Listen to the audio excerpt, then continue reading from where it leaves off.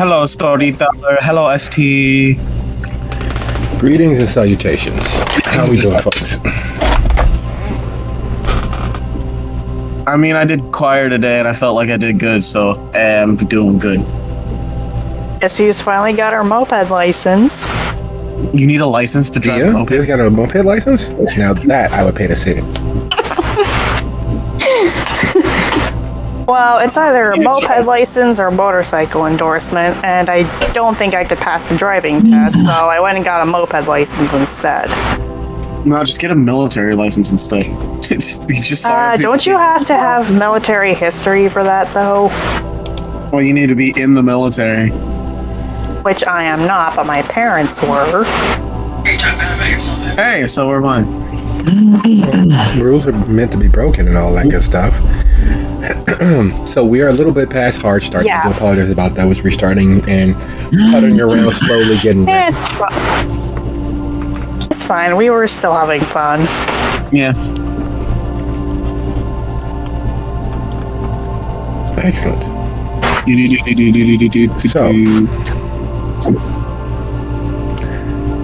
is everyone aware as to where we are? We're on our way to crash a party. And my foot's fucked up. It's fully operational. What do you mean by fucked up? I just need to put a boot on it.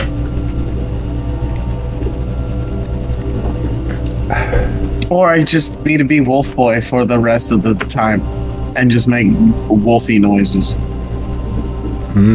I see. Your choice of the road ahead of you is 100% in your hands.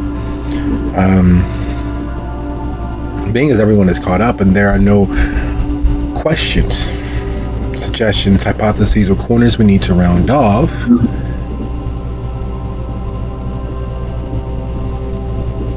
Yes, sir. Balanced or jack of all trades? a balanced jack of trades.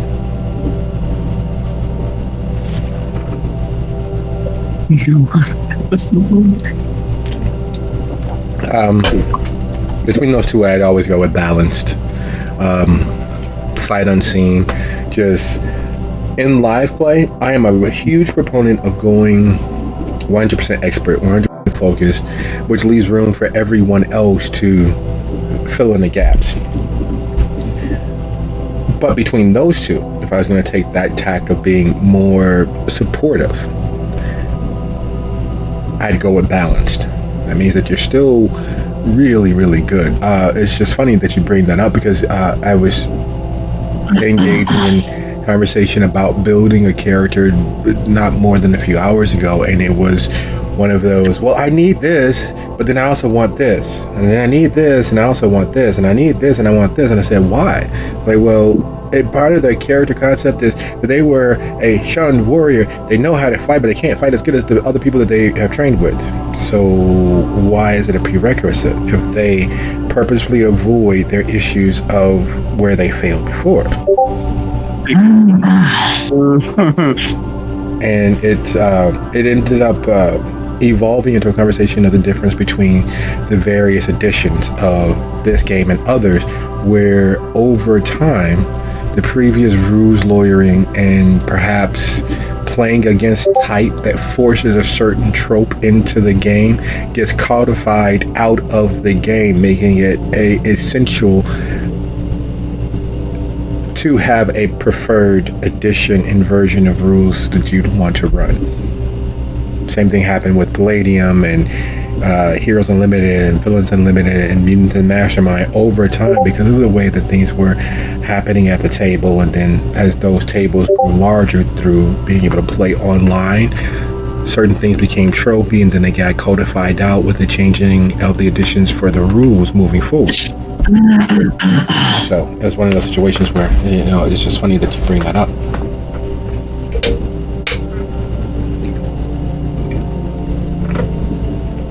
So yeah, here we are. And as always and forever, my many thanks for the several 100 hours of play that we've experienced. We have, as a group, together, come through 6 glorious seasons of activity with the Dalton Troop. We have experienced lows, highs, moments of extreme pathos and moments of extreme action, and all of the permutations there between. Some comedy, some lighthearted moments, but a lot of deep shared pathos, a lot of deep connection, and it's cathartic. It gives us a safe place to get rid of some of those emotions, and it's a really good thing. I appreciate all of the effort that you guys have poured forward, all of your time and your attention, and there's no other way to say it except for thank you. Thank you very much. And if we don't have any further questions, we have no further points of reconnecting with these characters, I'd like to say that this is officially In the Shadow of the White City, Season 7, Episode 4, sorry about that. For those of us who are specifically focused on such things, I do apologize for my misspeaking. But this is Episode 4, Desdemona's husband, friendly foil of the Supplanter. When we last left our coterie, in one of their lower moments, in one of their more in the full grips of what a member of their party was feeling, like a tornado, like an act of God, Urzuli arrived on the scene, using one of the few still operational tunnels through the honeycomb to arrive with the coterie and tell them, instruct them, beseech them, cajole them into putting on their best foot so that they could go and be seen and make way and carve out space for themselves by crashing a party. No, not anyone's party. Not just a random kegger. No frat house get-together. Not a random hang that blew up into this large, expensive, property-damaging event. No, the party of the Voivod of the South. The party where power, yet again, was being doled. Yet again, where being able to navigate the deadly waters of social intrigue grants the survivors and the victors unofficial, official power over the domain. So, as everyone suits up, boots up, gets ready to go, dresses to the best, which is far easier to do when you have the overflow closet of a toreador who has been around for a minimum of 8 decades, watching the fashions change, having designer originals, hobnobbing with those who make it their business to make their business about beautifying the public. So, clad in the armor of the occasion, girded for a battlefront where wits, charm, elegance, and etiquette are the weapons of choice. Are there any questions?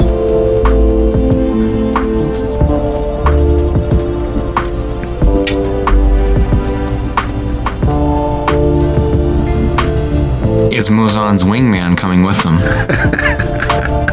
Of course I'm coming with you.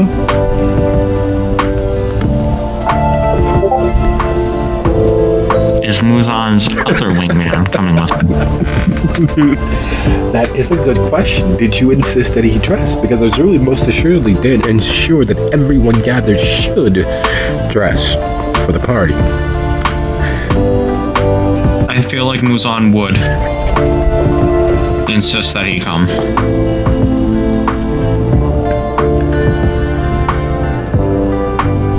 there are certain things that you expect, certain things that immediately make themselves matter of cause. You know, you have two hands, you know, you have 2 feet, you know that the ventral can be controlling and perceived as anal, retentive, obsessive, compulsive moneymakers who are only concerned about power. You know, the little songbirds are their dark twin. You know that the Samich, as far as popular connotation, are body horror enthusiasts who are all edge and no point. You know, the gangrel, for the most part, are either furries or have a fetish about being furry. Being a gangrel bear has several different connotations, and none of them include anything but the most visceral of presentations. You know that Toreador, according to rumor, according to gossip, according to much of what you've seen and experienced, are purveyors of beauty. All of those many tropes and common knowledge points fall by the wayside as you all exit the Pisketeers, expecting a stretch limousine or some large SUV where you all could arrive in understated finery. What you step outside to defies logic. Taking up the entire driveway of the Pisketeers parking lot just to the east of the building, leading directly to the reservoir, is a 16-wheeler,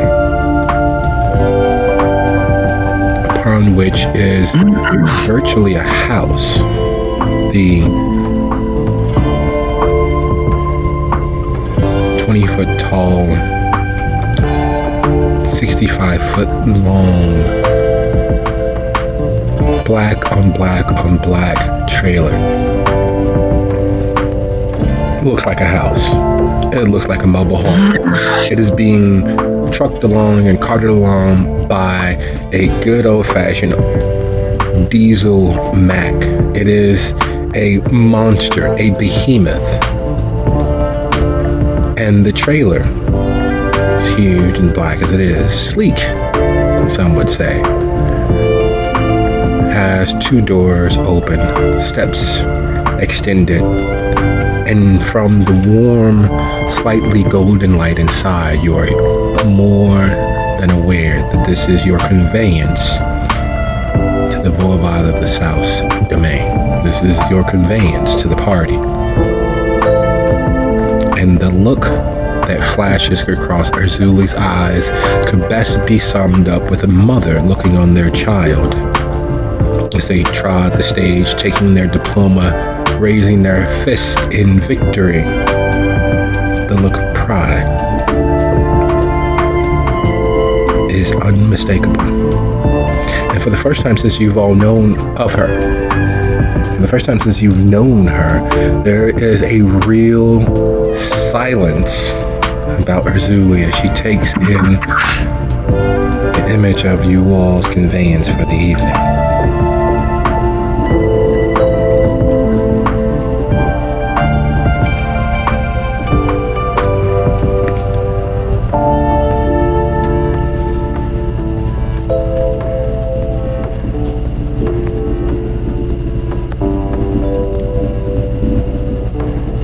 So they're all outside the Pisketeers right now, right? Muzan slowly turns to Erzuli. When you said crash the party, are you meaning literally? What? Linkus is in the garage. Child, no. This beautiful dragon is my Night Stalker. What I mean by crash the party is that even if we are not allowed in, I guarantee you that we will raise the roof and make quite a scene. This is, I forget all the many numbers behind it, but it is a clean running electric hybrid that has the muscle of its frame. It has all the power of its diesel lessers. It has all of the amenities that one could ever hope to engage in comfort. There is a sitting room, there is a office, there is a closet, which is most of the space back there in the back. There are facilities for those of you who still have work in plumbing. And then, most importantly, there's a dance floor on the roof. There is a bar outfitted by me with the most high quality of vintages. And even if my powers of persuasion do not allow us to enter with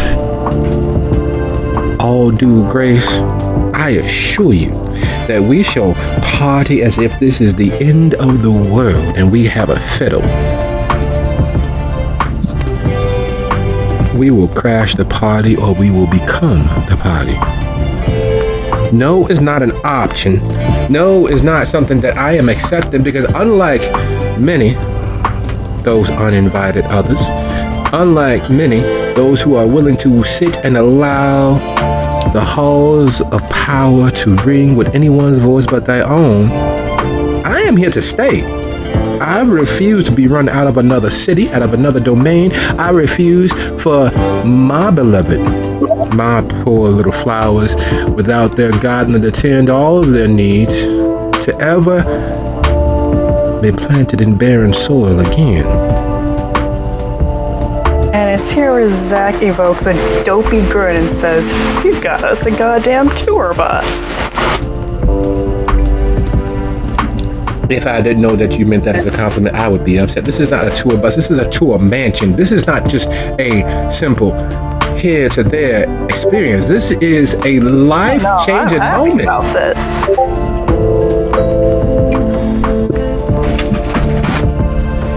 Then why are these clothes so damn stuffy? Because unlike the rest of us, you have developed a sore impression of what it means to be, well, almost alive. You believe getting furry and down to nudity, and then she looks at your foot. And otherwise, expressing your more bestial nature is probably what's best. Let me put your mind at ease. When I mentioned that we are going to be party animals, that kinda sorta includes you as well, provided that you are able to compose yourself enough to not make a fool of us. I don't want to, but I do have a newspaper. I do have a water gun. And I do have a leash, though normally my leashes are used for things far more pleasurable than instructing puppies as to where they can and cannot make soil themselves.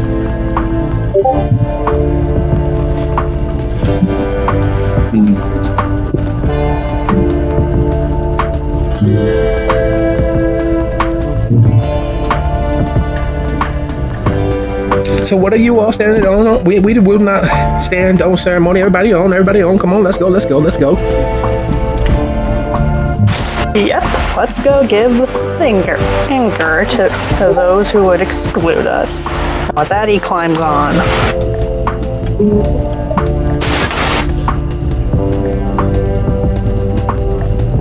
Fuck it. This is definitely gonna be a night to remember. Let's do this.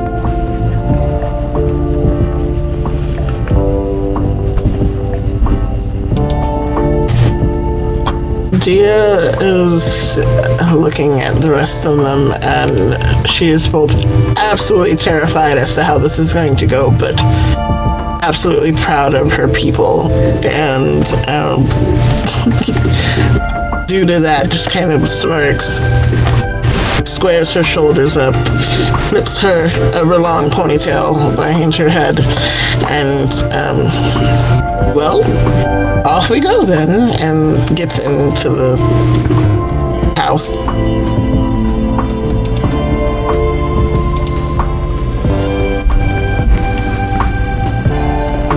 As Dak stands there watching them all bored, you can imagine what it was like watching those rich moneyed elites board the Titanic. all of their finery and their travel clothes, their valets and maids helping with bags and children, and otherwise making sure that they were comfortably aboard that great sailing vessel. And as Dax takes in the view of this, according to her research, one of the most threatening or potentially threatening coteries in all of the Thornton Township area, Dan speaks up. I'm not much of a gentleman, but I do insist that you all get on ahead of me, if you know what I mean.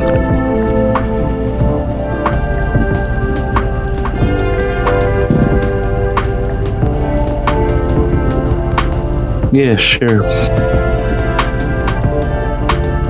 Then she climbs aboard. The way you're dressed, I think that you kind of almost planned this. This wasn't your doing, wasn't it?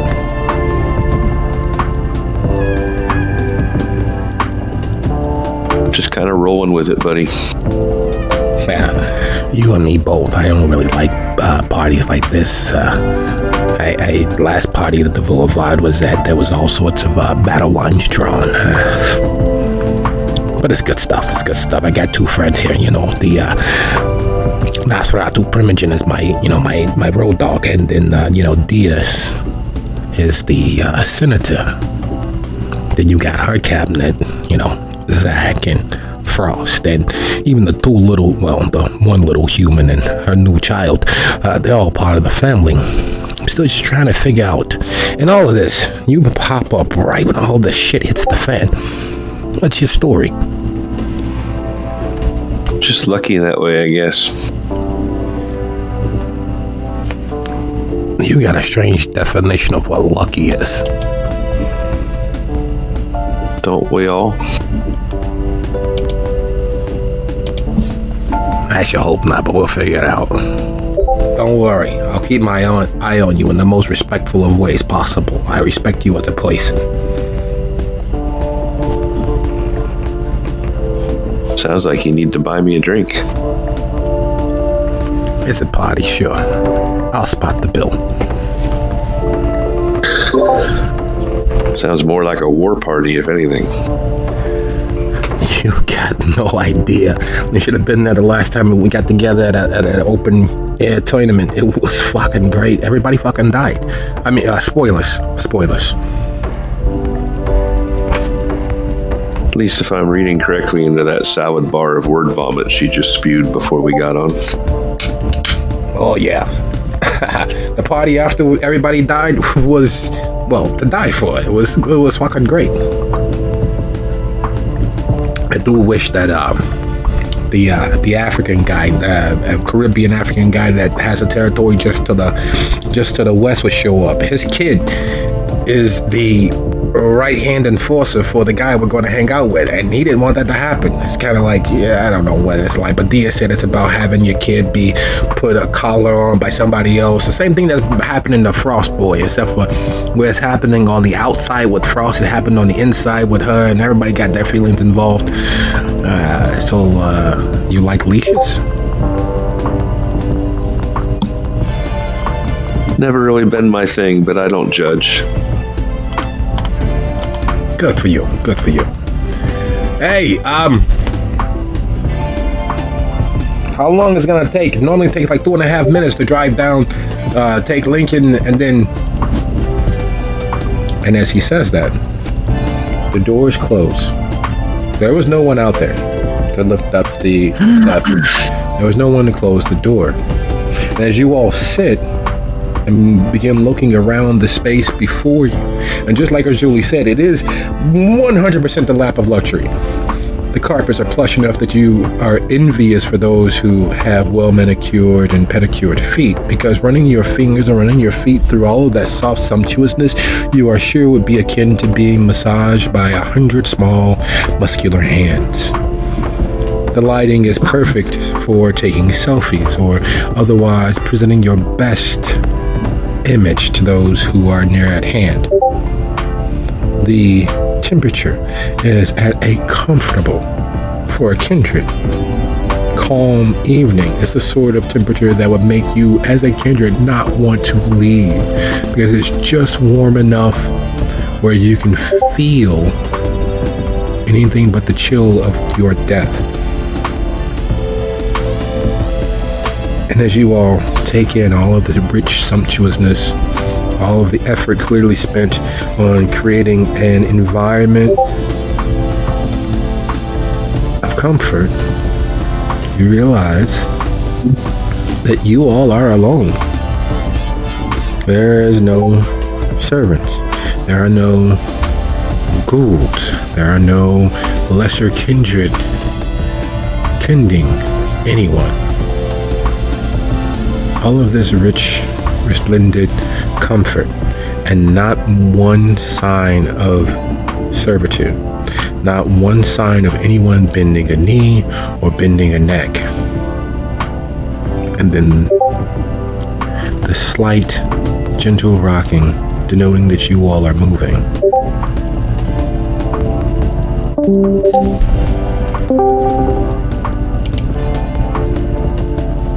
Did I miss anything?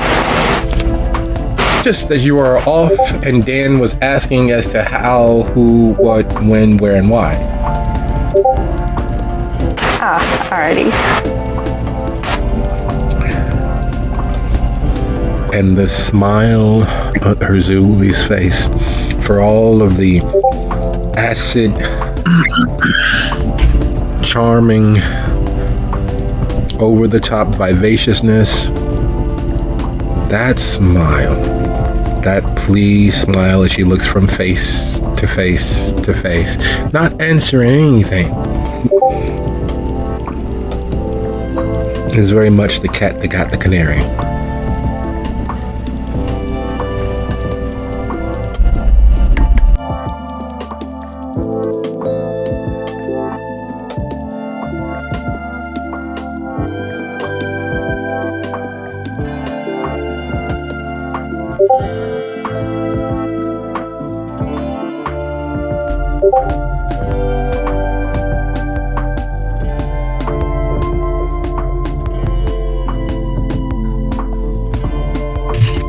So, where did you say the drinks were?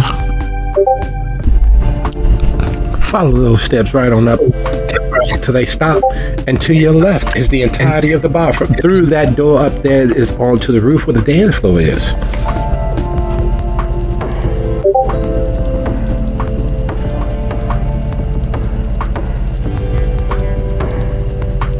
Sounds like that's where I need to plug in. And Zach starts heading up towards the roof. Excellent. Dan, why don't you come and join me? I want a couple of drinks. Sure thing. Then he looks from Dax to you to Dia, shrugs, and immediately falls in to your shadow, just a half a step back from your right hand.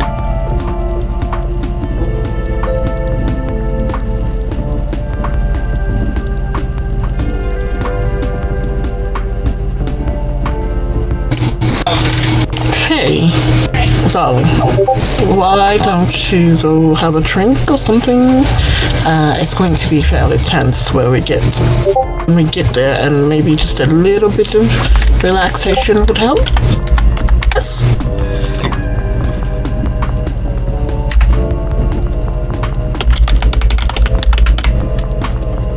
And you're speaking with Faye. She directly addressed Faye.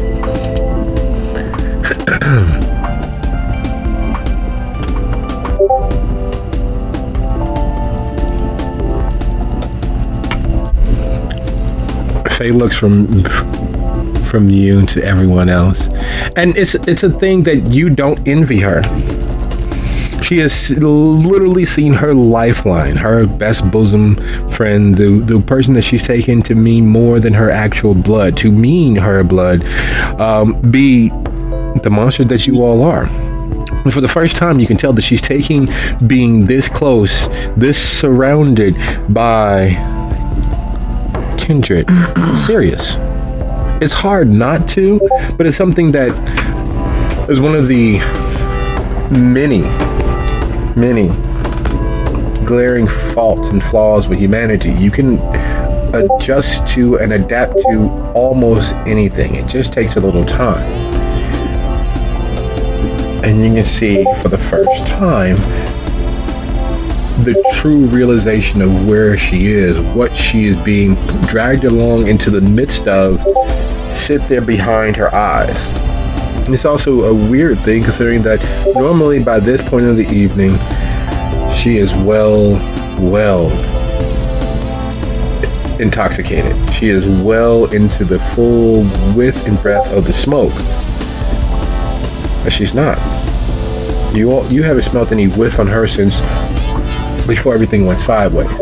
You haven't seen her partake of anything since everything went sideways.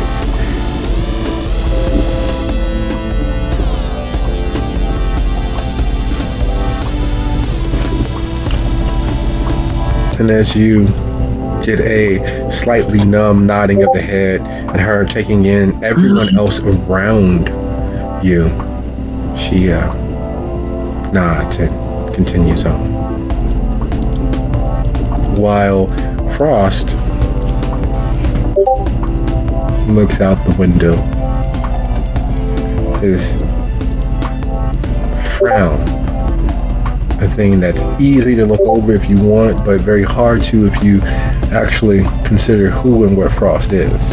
Kind of like that sheepdog that stands at attention moving just ahead of the herd as something moved out there in the distance, good 25, 30 yards from the flock, but they move towards it, signifying that there may be or there actually is. And he looks out the window and watches as Muzan and Faye and Dan head off, and Stella sits, eyeing everyone. You can tell that there is advanced computation being carried out behind her eyes.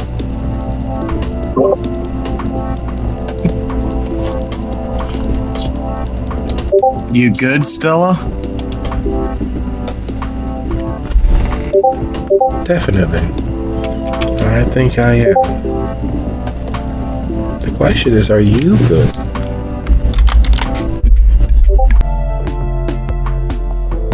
I'm great. You gonna come with us off this boat? Of a truck thing? Come now, Frost. You are a horrible liar. The way you're looking out that window is if you're expecting somebody to attack us. And with our track record, that might not be that far from the truth, but something is on your mind, I can tell.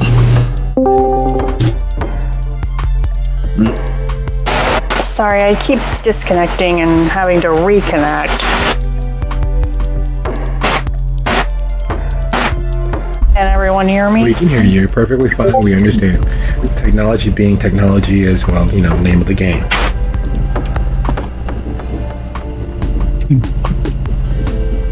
It's this damn car. It's huge. It yells. We are right here. If you want to kill us, all you have to do is get one lucky shot in. Hell. Everyone we could probably be seen in Milwaukee in this glowing rust bucket.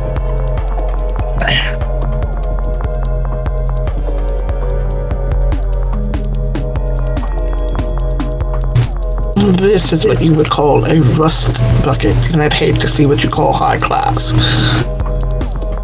But at the same time, I do understand where you're coming from. I don't think Azuli, not to speak for you, my darling, but I don't think Azuli would have come to get us in such a lovely vehicle if she was worried about such things.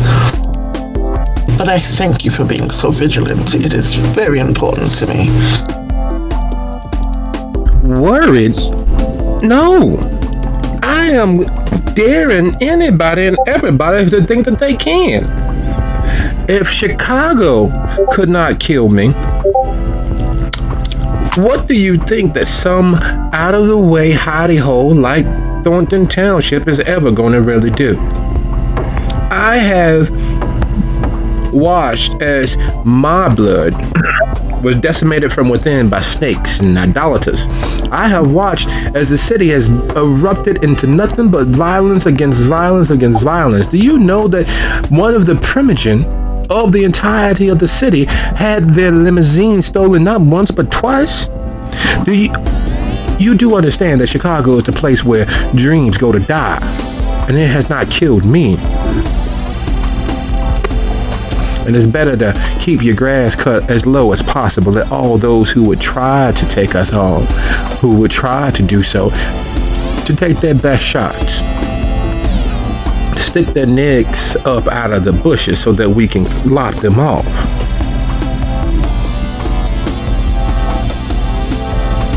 Oh, wait, you thought that this was an accident? You thought that I did not know that this is a screaming red flag for all of the bulls out there in the field? You think that I didn't hear your excommunication from our lovely salons, dear? You think that I did not hear about the lovely Voivod declaring my friends and my allies as persons worthy of any takers and any comers? No.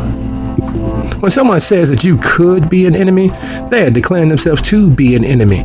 And if you sit there and allow them time to marshal their forces, to not scream at them, to not get them to act, then, well, you just might as well cut your own throat. Walk out there in the sun. I ain't quietly going to nobody's funeral for me. And I know you, dear. I know Nicole would not have wanted that for yourself or your people either.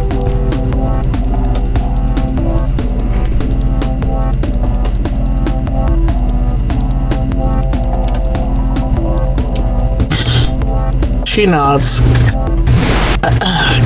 Yes, you are quite right. Zilly, I find myself feeling set adrift due to the salon thing, but at the same time, fuck 'em, as you would say. And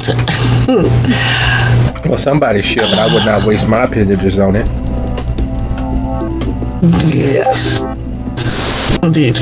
And yes, I have been doing my utmost best to not catch his attention and plan my attack, but at the same time,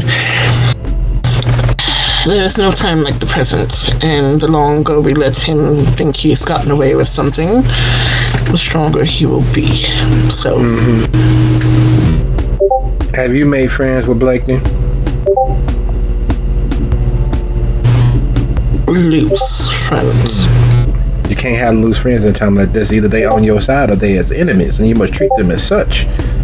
You make friends with what's his face? Chukawu, the gang group to your west.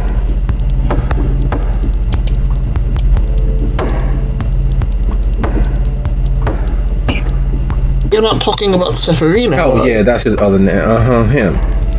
Him with the mouthful of both in person and in name. Yes. Do you make friends or associates or find out whether View and Calixte is your friend or not? If they're willing to fight with you, to side with you for what you can provide them?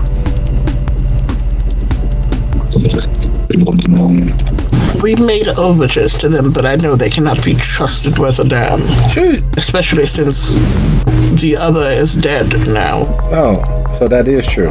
Damn. I was hoping that wouldn't be the case because, you know, credit what credit's due. Calixte is what he is, but View is definitely, well, the better of the two.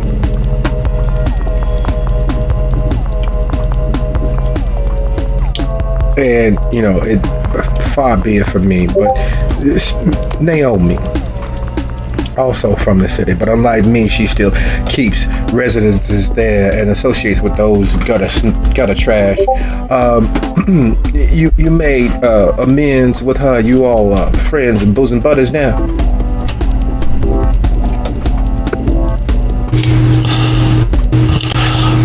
I had given her my promise when the issue with her being held on trial, that I would not vote against her or ask for leniency in her case.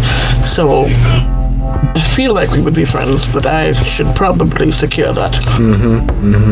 You see what I'm doing?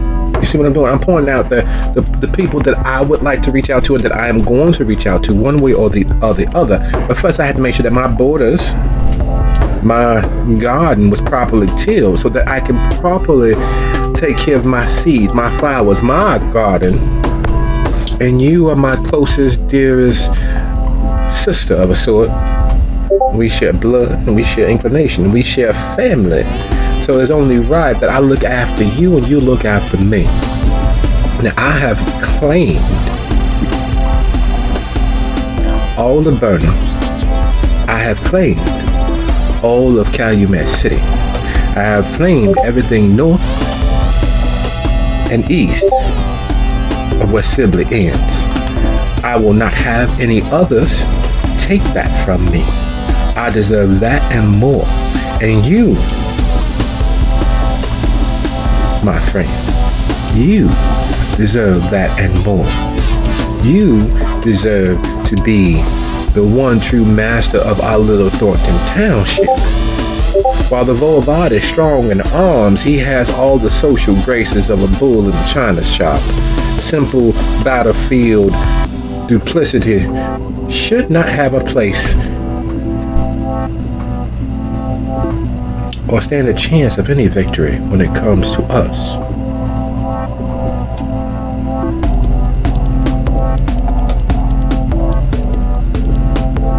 But I could be wrong. I have been once or twice before, but I was mistaken.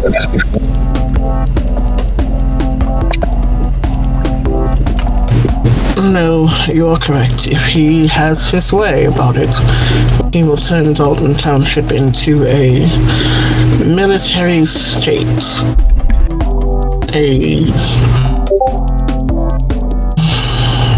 Not even monarchy, much more dictatorship.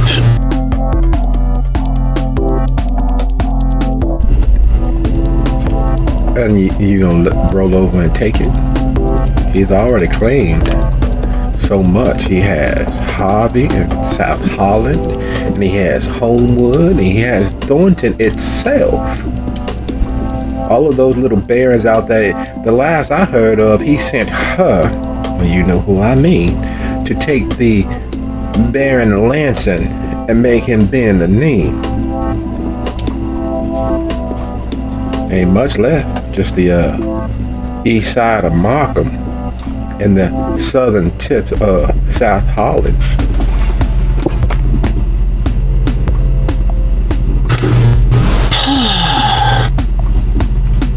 Turning to look at Stella, I know you are fairly intelligent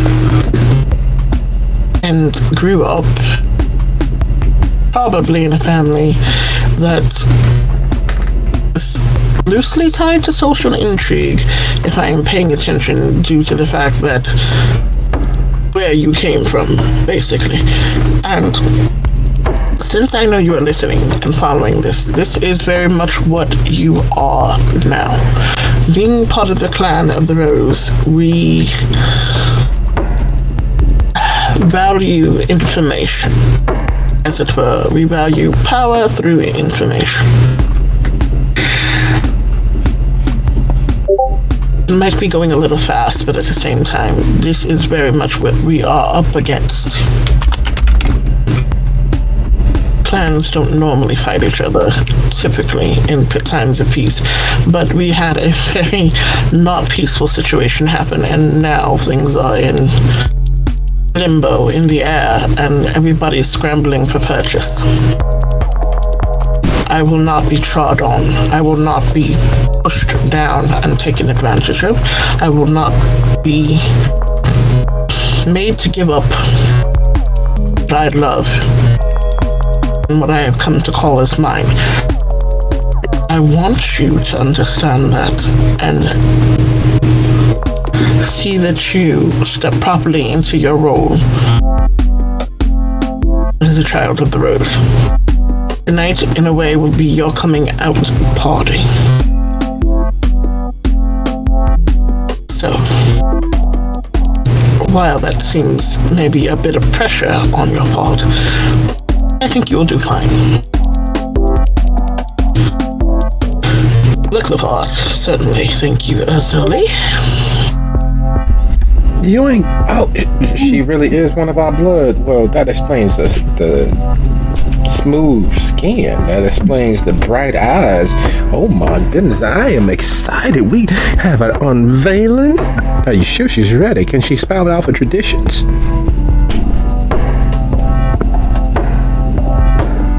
Crap. I knew we were forgetting something. And as you say, and consider that question sitting there between you all as you are a few moments out from arriving at the castle, the funeral home, and all of the grounds that are formed the boulevard of the South and Decibel's domain, the center of his domain, what formerly was just his small piece and tract of Dalton that has now grown into an expansive domain that is eating away at the full width and breadth of Thornton Township. As you all are traveling down Sibley to make your way onto Lincoln to move into the space that is easily his and easily patrolled by his many forces, on the second story of this massive undertaking, Faye, Muzan, and Dan are at the bar. Faye numbly making one drink for herself, tasting it and pouring it down the drain, and looking for a bottle that she recognizes. Unfortunately, for a college student who hasn't had much experience with drinking, while the average bottle is clearly $200, $300 bottle of gin or $200, $300 bottle of whiskey. You see Pappy Van Winkle, which, well, to be perfectly honest, you're talking a pretty penny, about $2.65 retail. She doesn't recognize it. She thinks it's cheap. She thinks it's generic. She thinks it's knockoff. You can tell by the look on her face that she doesn't quite understand that this is not Seagram's. This is not Chopin. This is not Jack Daniels. This is not Tanqueray. This is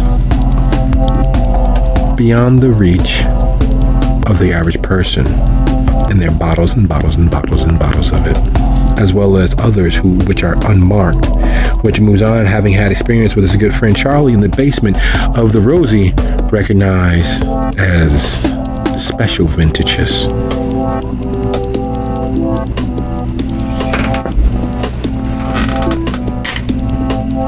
I ain't much of an alcohol guy, but I'll tell you right now, avoid the unlabeled bottles. But they ain't for you. But this one looks nice, and I don't mind red wine. I've never really been a wine girl, but I think maybe I'll probably have to take up the habit if things keep going the way they're going. That's not wine. She looks at it, the carving and etched glasswork, making the bottle absolutely 100% too attractive to not catch the eye. There's carved into the glass, and you can tell the glass was hand blown.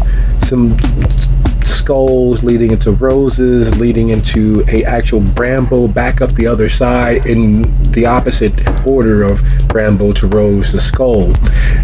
All culminating with vines and bones stretching towards the actual wax sealed cap.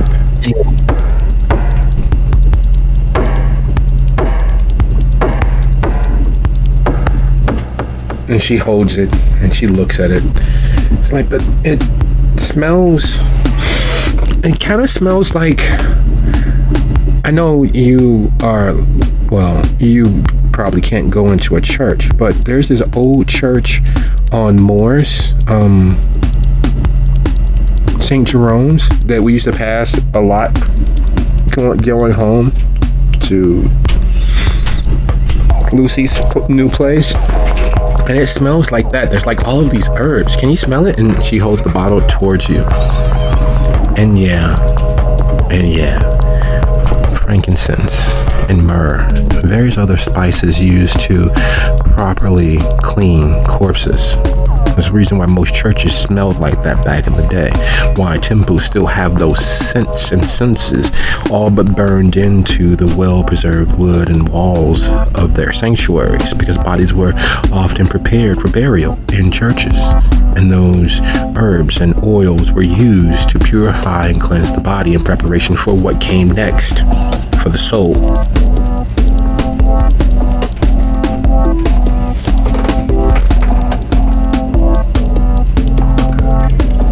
Yeah, about that. There's a reason why they make it smell nice like this.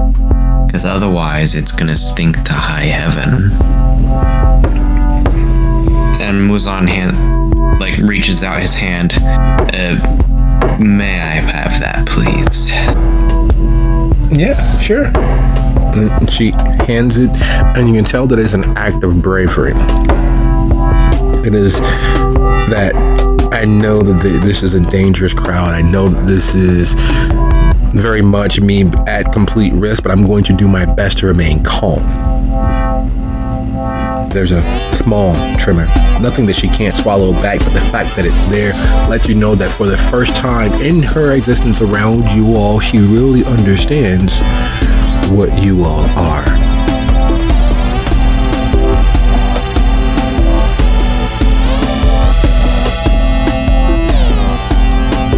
Muzan grabs one of the glass, or two of the glasses, and pours a drink out for both himself and Dan, and just makes a quick comment to Faye while doing so. I take it by now you realize you're not in Twilight or in an Anne Rice novel. I'm not dumb. Yeah, I get it. I do. I can't understand why I don't want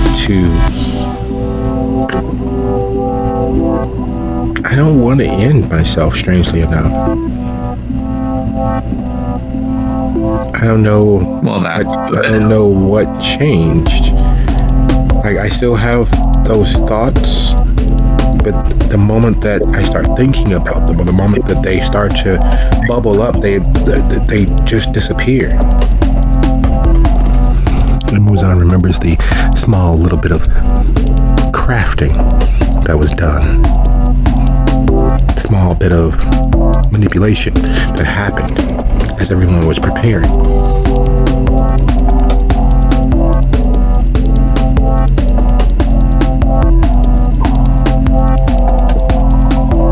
Well, I'm glad you finally decided to live life to the fullest, as it were. And not end yourself. I'm glad you got out of that dark spot. That smells really good. And you say it's not wine? And yeah, therein lies the immediate problem. This bottle shouldn't exist. You look as you pour it, and instead of the thick, viscous, iron-rich blood that you were expecting, it is Bordeaux-like. Yes, it's deep and dark and almost black, but from any distance, it very much looks exactly as wine should. The scent, however, for you can tell that this person wasn't quite a person. You can tell that the base of this was a kindred who, well, fell into the wrong hands. You can tell that they were mid-aged, clearly having lived long enough, existed long enough as a kindred for their vitae to thicken to a nice, delicious level of potency. And you can tell, thanks to being the bloodhound that you are, that this kindred ceased to be in the midst of something chaotic and violent. There's all that residual adrenaline from the last person they fed on in their vitae. There's all that rich, thick, musky feeling of their actual soul.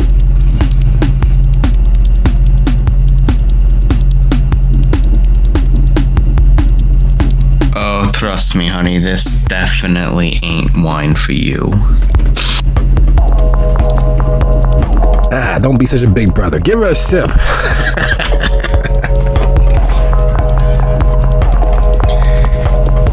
You really want to give away some of this? I said you. I didn't say anything about me. That's what I thought. Muzan picks up the glass, holds it up. Cheers. And clinks glasses with Dan. Here's mud in your eye. And unfortunately, Dan's past, for the most part, has been a mystery. His life as a human is pretty much a veil of it happened, it no longer matters. He's been deceased and a member of the kindred community long enough to be that fly on the wall in very problematic situations. So that's all that anyone has really ever taken into account for him.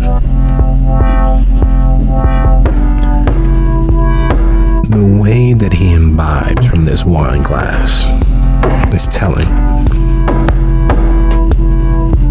He either had elocution lessons and went to a finishing school of some sort, or underneath all of that purposeful brashness,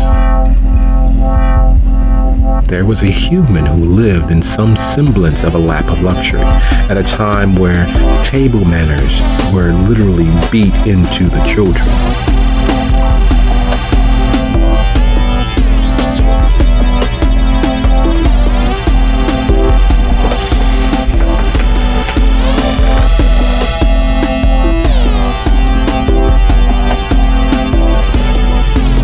And as he takes a small quaff of the wine, you notice 1 and 1 adding together to give you 11.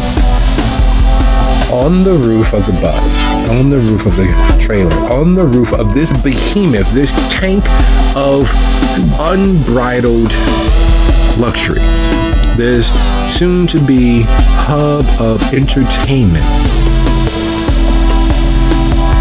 there are several things that Zach knows. Several things that Zach counts on more than the ability to ever feed themselves, to ever consume anything and anyone else. It is music. Even their beast has a soundtrack constantly running in the back of their head, and how to mix and meld songs to get the right mood music for every situation that Zach has been in. The sound system here on this roof, exposed to the elements, not that it's raining. You could put on a concert at the Petrillo Band Show. You could put on a concert that could be broadcast around the world in full sound. You could put on a set that would rock at least 4 to 5 blocks around you.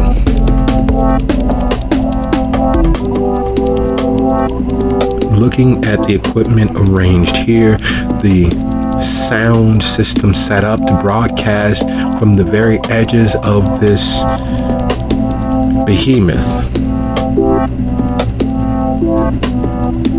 it would sound like the riders of the storm, like the wild hunt, were chasing you if you began playing.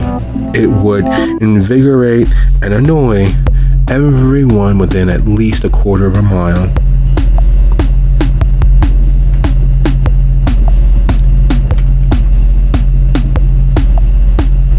And then there's the dance floor. Having been the proprietor of a bar, a music venue, one of the many things that you pick up is, well, the acoustics and space necessary for a decent dance floor. This is not a decent dance floor. This is this is a stage. This is a place where anyone dancing will be seen. It will attract the eye. And if you're not mistaken, that short of 500 pounds per square inch, that floor will respond to the music being played. It will light up. It will move. It will otherwise be part of the presentation.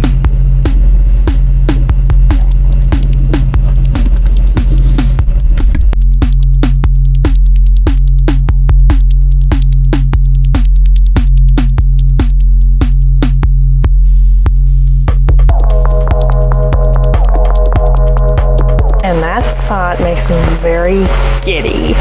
Right now, he's like a teenager at his sweet 16 getting his dream car. He's looking around at everything and he is loving every bit of it.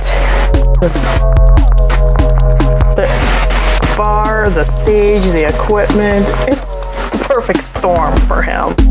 He's feeling very much at home right now.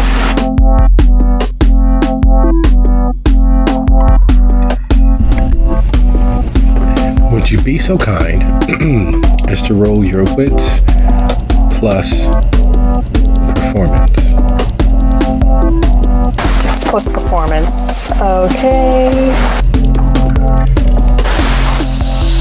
Would any particular specialization help in this matter? No. Nothing immediately comes to mind in this particular situation as you're taking it all in. Okay, and sex should still be at 0 hunger, I believe. One quick second, we'll do a quick audit. And yes, Zach still has not failed a rouse roll yet. Okay, in that case, I'm gonna go for it. Oopsie, that's an S, not an X. Plus performance.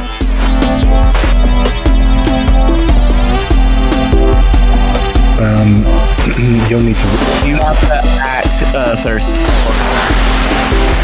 Oh.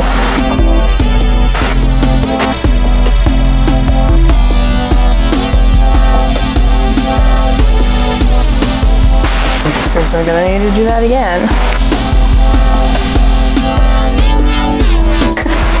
Maybe get used to the new system, I guess. Okay, at first. Okay, I can work with this.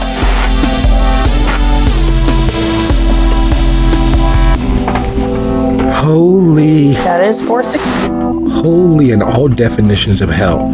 As you take in the sheer amount of merchandise at your disposal and are giddily looking forward to cracking it open and catching the ear and hearts of everyone that can hear your rendition of any song that you know how to play. It's the fact that you have not one, not two, but 4 unmarked police cars moving abreast of the vehicle, moving behind the vehicle, trailing from several blocks behind you all. As you stand on the roof, it is clear that you all are being stalked, being followed, being trailed, being hounded without being hounded by police vehicles. You are center stage. You are in front of an audience that you didn't until just now realize was there. And looking ahead of the vehicle, looking around you, watching the road ahead of you, you can see the grounds, the low cantered walls of Decibel's little cemetery, his little funeral home rising before you. the dark castle that it is popping out up over the horizon like the stereotypical fairy tale bad guy with several unmarked police vehicles in your wake. What is it that Zach does? Zach looks to whoever else is on the roof and points towards the police vehicles. Zach? We may have a bit of a problem. Zach is on the roof by themselves. They went to check the sound equipment and the dance floor. Oh, whoops. And in that case, Zach goes downstairs and says, we have a problem. Or something that may be a problem.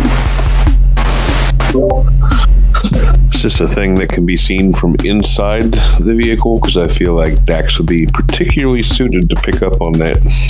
Dax would be. And the car to the left and right, yes, Dax would be. Oh, Dax would be able to notice them as well. Yes. Those in the rear, not so much, but left and right, definitely.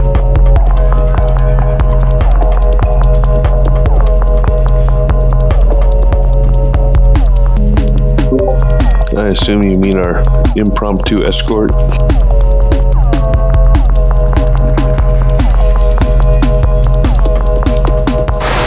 The men in blue may possibly make an appearance as well, if you catch my meaning.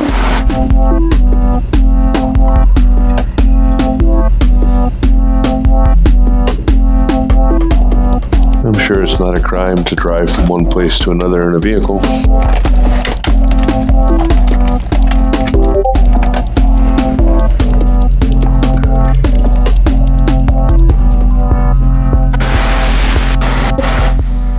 Oh boy, it's a long story. And if Dia is visible, Zach will look towards her. Her and Stella are right there with her Zuli. And Zach looks at Dia and asks, would you like to tell the story, or shall I?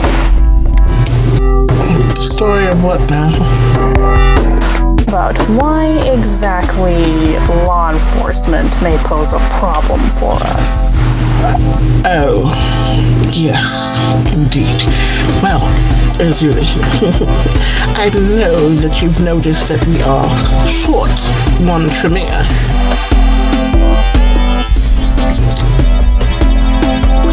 I did. Are you? Yes. They were attempting to stage a coup, as it were, and kill me. We found out. And they are no longer a problem. But before they were no longer a problem, they had a bit of a moment at the Rosie 2. Or the Rosie, it was the original Rosie. The one that's across the reservoir, that Rosie. They went in there and things happened, and apparently there was a kerfuffle and cops.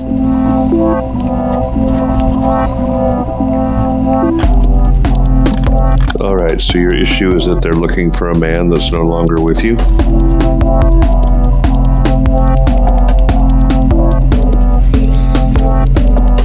I normally don't agree with people so, mysterious as tall, dark, and lovely over there, but I must agree, if your issue was with your former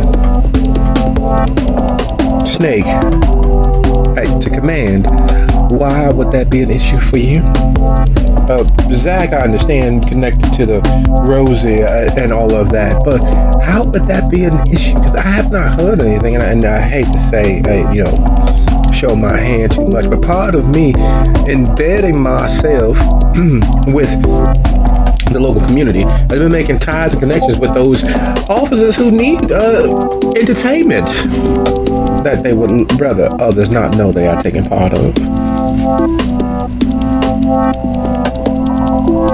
I missed some of that because it disconnected me and I didn't realize.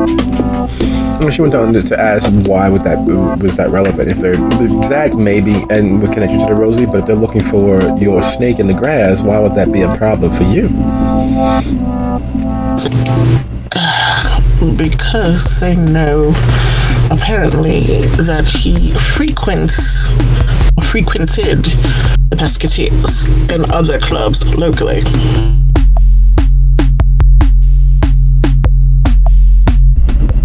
Oh. So you think that they would lie to perhaps rifle through our unmentionables and searching out this person that may or may not be hiding in our closets? Correct, but it also sounded like that they knew that there were persons of interest, and some of those persons of interest sounded quite a lot like me and Zach, due to the fact that the night of the dog fight, there was a bit of a problem on the top of a building, and our lovely snake in the grass and Frost got into a shootout on top of the building with the police. Wait, are you serious? That was you all at the 142nd shootout? Oh, Lord. Unfortunately, yes. So they're looking for more than your missing person then? It's hearsay mostly, but I would assume so, and I would like to be cautious as such. I trust Zon and what they may or may not have heard.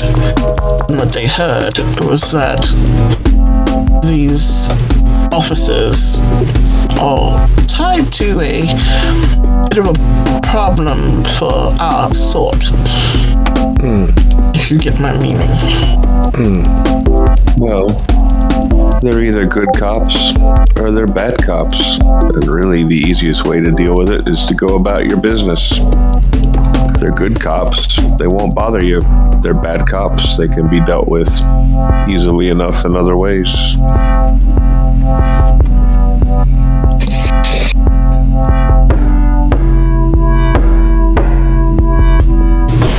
I'm curious how much you know about the SI and the Knights of Templar. They sound like they have more information than they could possibly ever share in the few moments it's going to take us to get across this little bridge here. But I think, and this is just my thoughts on the matter, I think it's best that they don't fade from view before all of this is settled out. Because if we have to feed anybody to the lions, it's best if we feed them their own. We're not going to have you pulling off no fake noses and yelling 21 Jump Street now, are we?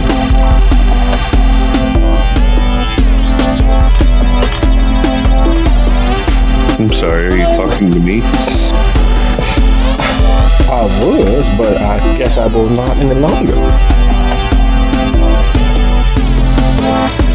I mean, if you're going to cast aspersions on my character, you should be more upfront about it. I'm right here. But oh my goodness, you have found another would want to be one of our roses. I did not get your name. I'm sorry. I'm Azuli. And you are? Dax. Like the hair pomade. Sure.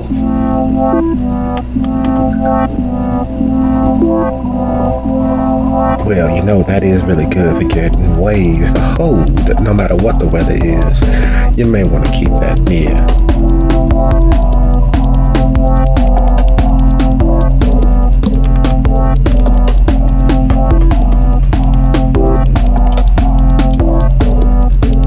She just looks at her quietly.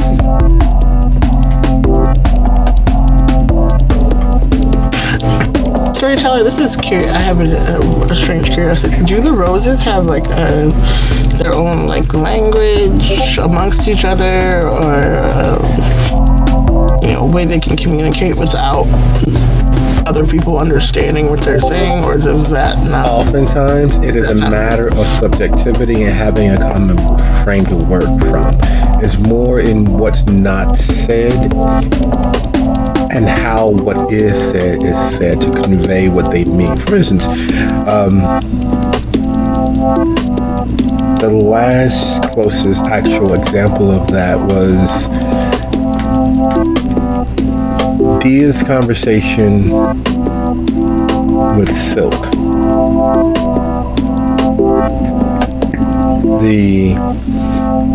Oh, yeah. Okay. I get it. Dia looks very pointedly at Azuli. See, the thing is, we weren't expecting any guests this evening, and we find ourselves with several of them, and now it's a party.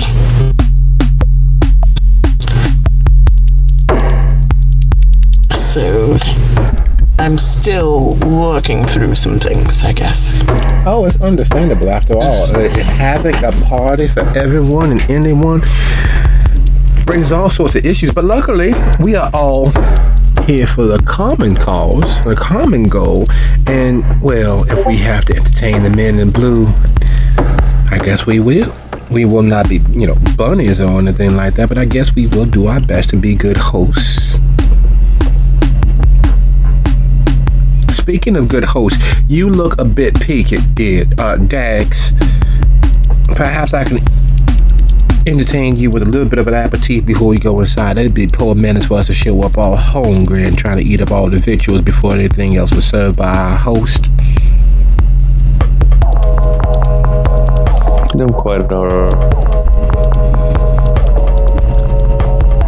Of course you are. While those two interact, Dia is going to quickly run over the traditions with Stella and attempt to,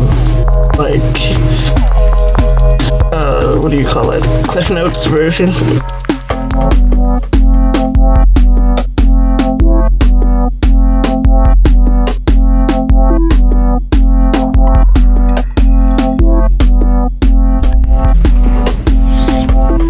There's a certain vanity that requires a man or a woman to live in a castle in the modern era. There's a certain vainglory necessary for kindred to live in a castle in the modern era, especially here in America. Not just here in America, but in the Midwest, in the home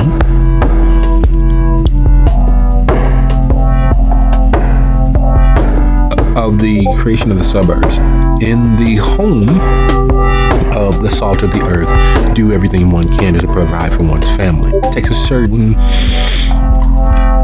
undefeatable, indefatigable pride to do such a thing and be so ostentatious with it. Dax has not had the opportunity to ever visit Desdemona Albu's place. And as they traipse the ground, as the vehicle moves through the well-manicured lawns inside the gate, across the actual moat around the central castle. And while it says funeral home and funerary preparation and all of those many signs that let you know that it's actually just a funeral home, there is no mistaking that it is an actual castle. There's no mistaking that you are inside the castle grounds. There's no mistaking that if push came to shove, with the basic understanding of battlefield tactics, one could hold and outlast a siege in that building.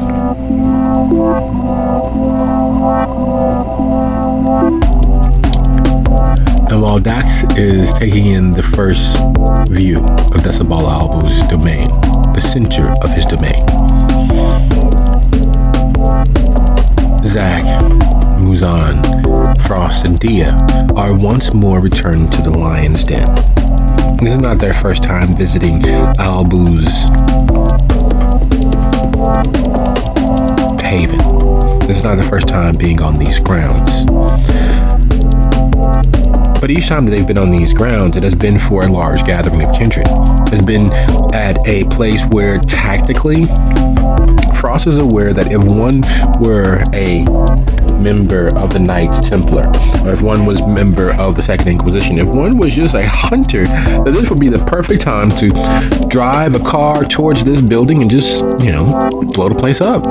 This would be the perfect time to set up a sniper at the edge of the possible range and pick off individuals. Record it so that you can know who gets back up, know who is kindred and who is not.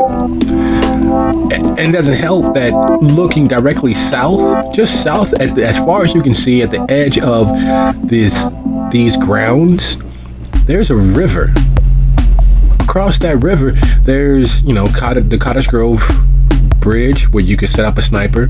There's Riverview Drive with a few homes leading up and around South Holland Trail. You could climb to the roof of one of those apartment buildings and with the right scope and the right shot, the right sniper, and a telephoto lens, film those coming and going. Not that anyone would, there's no reason to, but realistically, tactically, if you were made aware that kindred exist, if you were aware that individuals like Decibel existed, and you needed to collect intelligence to prove that you're not just some crazy old codger, there are ways to do so. This is not the 1600s, this is not the 1700s, this is not, hell, even the 1900s anymore. Technology makes a way, and as you all ease to a stop, blocking the other cars in, as you all come to a rocking, gentle caress of a stop of all motion, those thoughts assail Frost because he is a man of modern time. While he is the oldest looking kindred, he is the youngest kindred. He is very much a man of these times. He is very much a man of tactical efficiency aided and embedded by technology. And looking at the setup, looking at where you all are, the clear lines of sight, and how many vehicles are arranged there just a few feet away in the parking space. Yeah. Ducks in a barrel.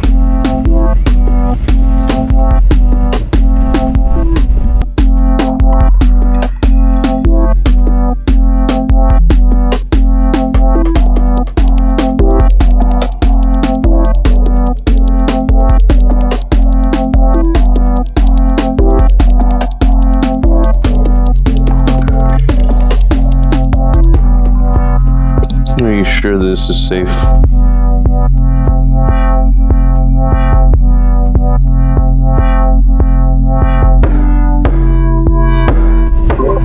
Well, for me, I think we're all begging for someone to attack us, whether that be the SI or Decibel and his crew. Oh, sounds like a grand old time. Point of order, do you really think Decibel's gonna attack us in front of the possible SI? I'm more worried about the possible. She's idiotic enough. Or if his hubris is potent enough. Well, either way, it sounds like we have a shield to hide behind one of the two ways. And as for the other thing, Frost, darling, look down at your foot. I see a shoe. The other foot. A shoe that's slightly not wobbly. That's You let Decibel's lackey give you a wolf foot, and yet you're worried about our decision making.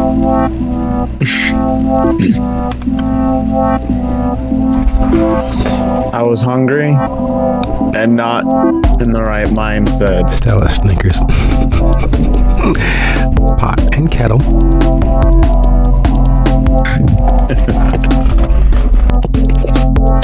Well, let's go get shot and get it over with. Catching that little smartass reply, she looks at Stella real quick. No, madam.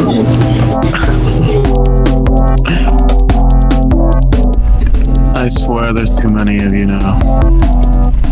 Women? Intelligent people? No. Which one are you talking about?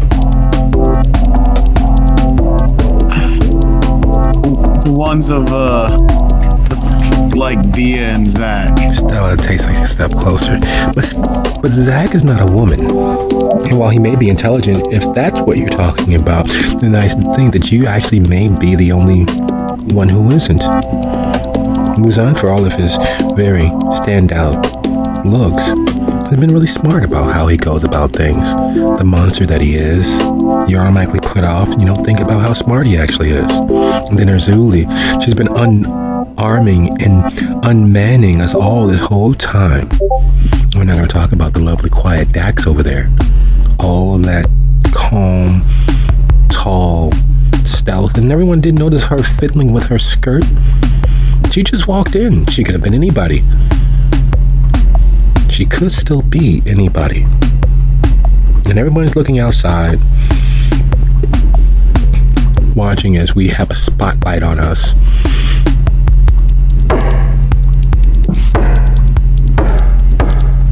I know that I'm stupid. I know that I'm young. And I haven't lived as long as you all have.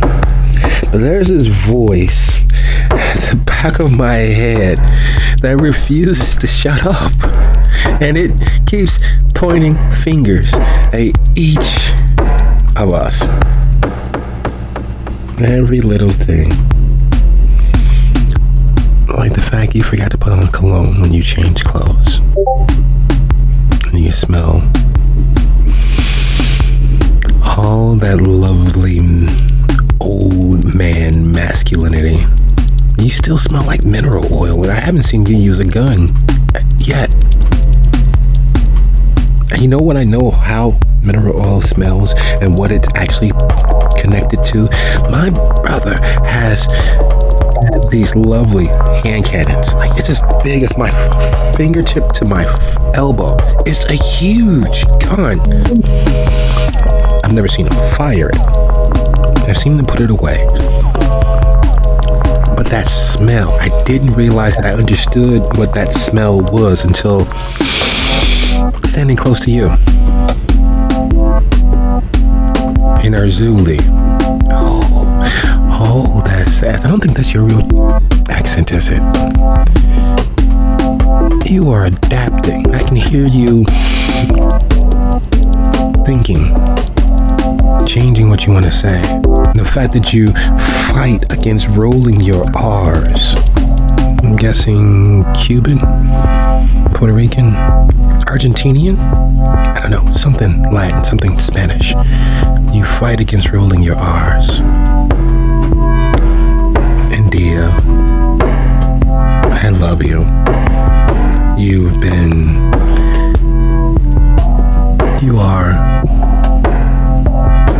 I'm drawn to you, even before what you did. But there's a hardness there that you keep trying to hide. And Faye, even with what they did to you, there's this need, this want. Why don't you come close? Why don't you stay with me? Why don't you stay close to me? You know you want to. You know that eventually I'm going to lose control. And you won't have to worry about anything else. But you keep fighting it. You keep running away. You keep running to what scares you just a little bit less. Which is Muzan and Dan. You should stay close to me. You really should.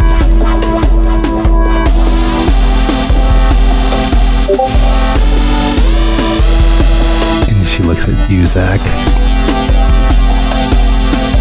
She begins to slowly ease closer, her eyes locked onto yours.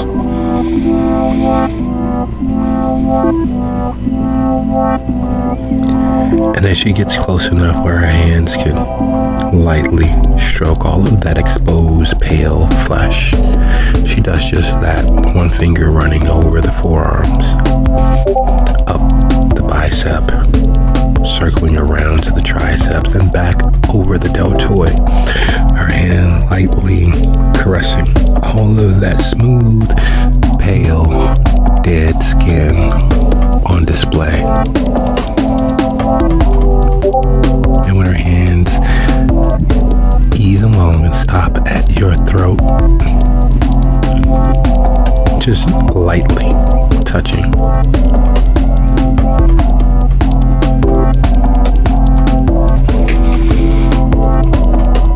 You want to be loved. You want to be cherished. I can do that for you. I can make sure you never feel alone ever again. That's what you want, isn't it? That's what you need. And the fact that you're figuring all this out so quickly tells me you're catching on pretty quickly.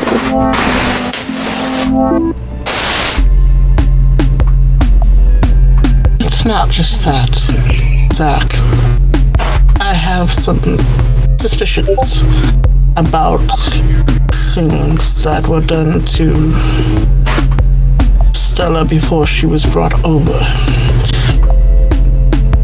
The things her quote-unquote father did. I don't quite know if they would be enough lingering to taint what we did or what I did to bring her into being, but I'm starting to wonder, and I am both concerned. Don't be concerned, dear. Don't be.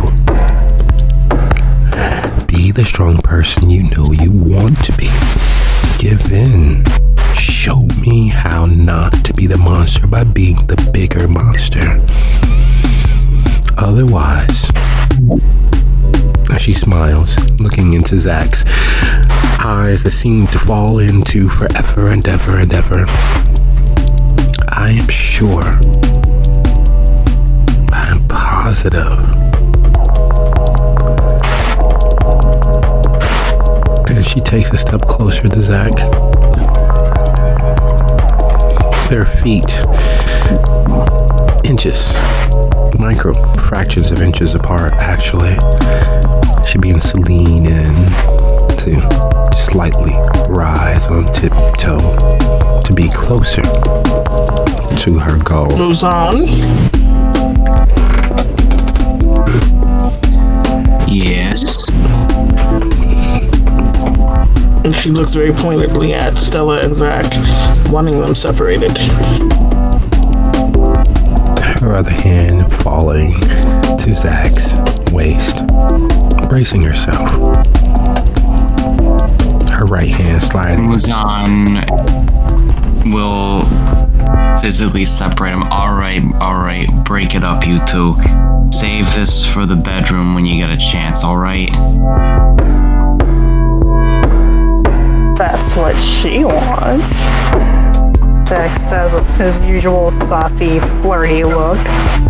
Muzan holds a finger up to Zach's mouth. Not here. Got it? It'll be fine. It'll be quick. Here. Just a taste. Was that Stella saying Yes. that? Just. He whips around to Stella and puts the finger on her face. Not here. No, of course not. Like you said, in the bedroom when we get a chance. Dia pinches the pressure on nose and looks at Zach. would very much rethink that plan, my darling. Please. Now, let's go. We've been standing here far too long. Alright, I'll keep my hands to myself. I made no such promises. I hear the down boy. Faye looks at Stella. Really? Oh, God. And she does the most natural thing for where she formerly was, for what was her former normal. They were able to keep each other leashed. They were able to keep each other safe. They were able to communicate with each other in such a trusting manner that it is second nature. She grabs Stella's wrist to pull her away from the danger that is Zach's sensuality. There's one action. What does everyone do?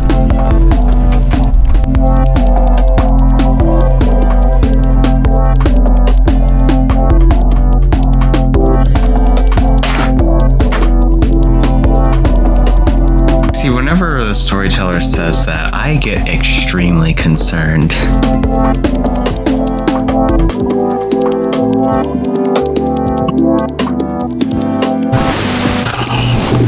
Dia is going to interpose herself between Faye and Stella and kind of break them apart, taking both hands, one in each, bodily putting herself between them. Muzan is basically gonna stand at the ready for if this has to get physical, hoping that it doesn't. He does not want to have to stain the carpets with more blood.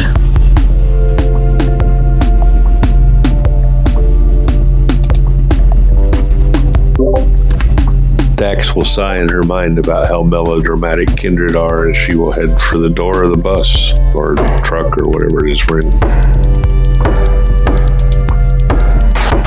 Zach will kind of snigger to himself, sling his guitar over his shoulder, and start to step out.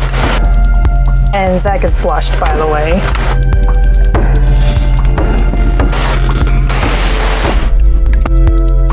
All right, yeah, that is your difficulty to beat. You need 3 successes to move fast enough and quick enough to interpose yourself. Because as you are moving, and Muzan is readying his action, as Dax is heading out, as Dan is backing up Muzan but is far enough away, and Frost is still worried about the lines of sight. There are too many lines of clear sight for any sniper worth their salt. A tactical shooter could drop several kindred walking out that door before anyone even pinpointed where they were out there in all of that darkness. And while the threat may not be the Voivod himself, you all know that you've, in the last few weeks, stirred the hornet's nest of people beginning to take notice of the area and those who are in it.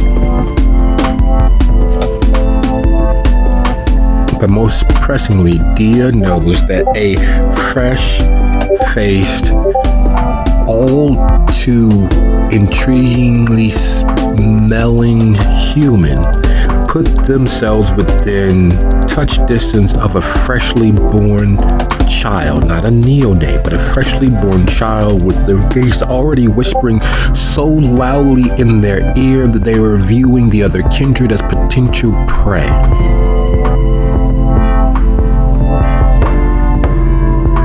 And Faye, trusting in the human that Stella once was, does not understand that nor thought of it.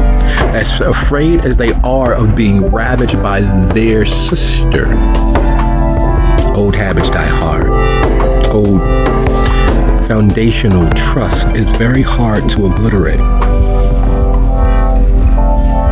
But Dia catches it and places herself between the two before, hopefully, Stella has the opportunity to do what comes natural. A hungry lion with a fresh soft newborn lamb.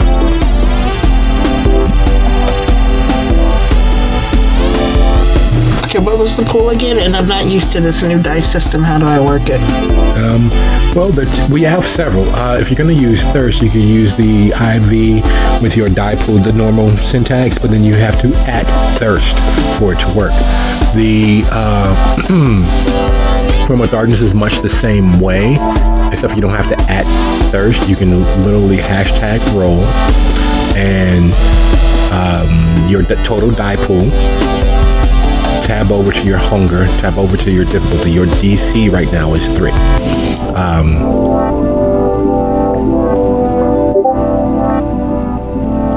Or there's also, what's the other one we have? Blood die, which is offline, looks like.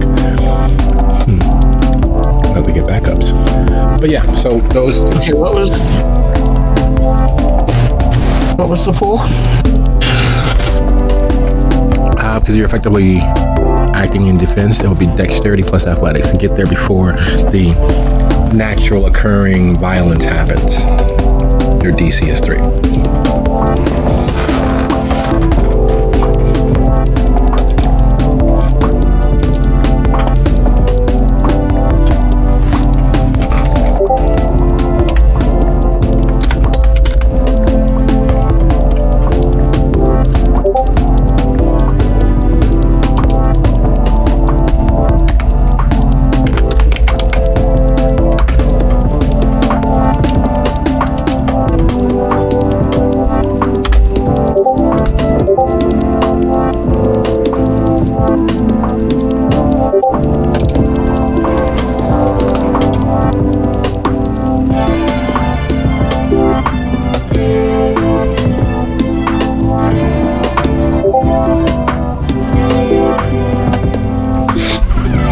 Watching Dia move and Muzan preparing to act, catching Dia intersperse herself bodily between Stella and Faye, though not quite fast enough because the hand is flying her right, because with Dia interposing herself between Faye and Stella, she ends up taking Faye's right hand, Stella's left, which leaves the follow-through attack, the grabbing that was going to happen to pull Faye and all of that young, hungry, kindred mouth is still happening.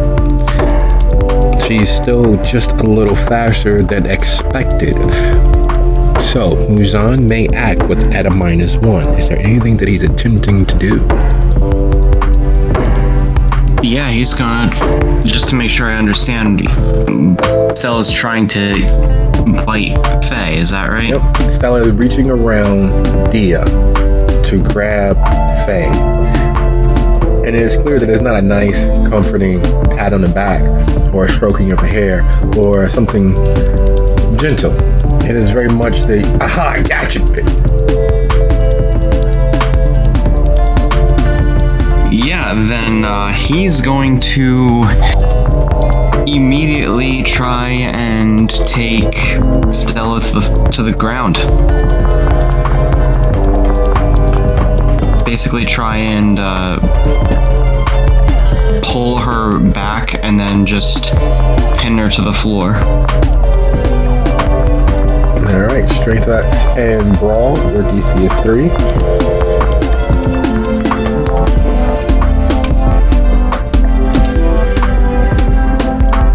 Strength and brawl, you said? Mm-hmm. And does a specialty in grappling apply? Yes.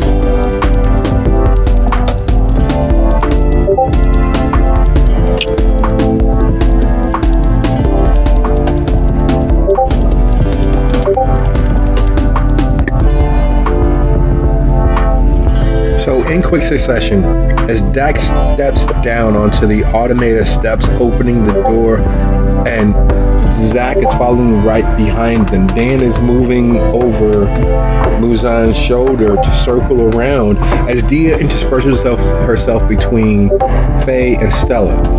Unfortunately for Faye, Dia is taller than she is, so she doesn't see what's actually happening behind her as the quick pulling and snatching of Dia taking her hand distracts her from the fact that Muzan sweeps Stella off of her feet, driving her face forward into all of that lovely, soft, comforting carpet.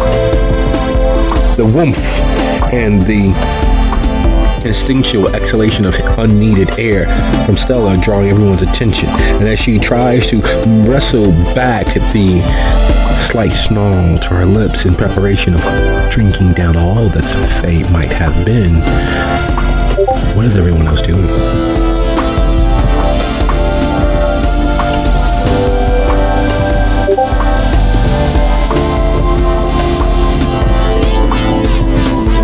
As she hits the ground under Muzan's firm control, she says, just like men, always interrupting.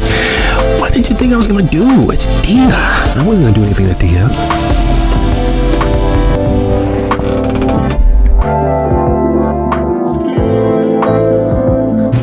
Dia is going to usher Faye out, and next to like Dax and whoever else has stepped out.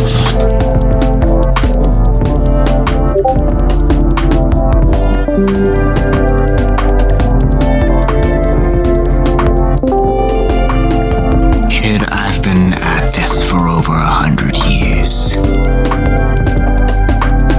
It ain't hard to tell when you see someone as prey. I know you were going after Faye. Don't try and bullshit me.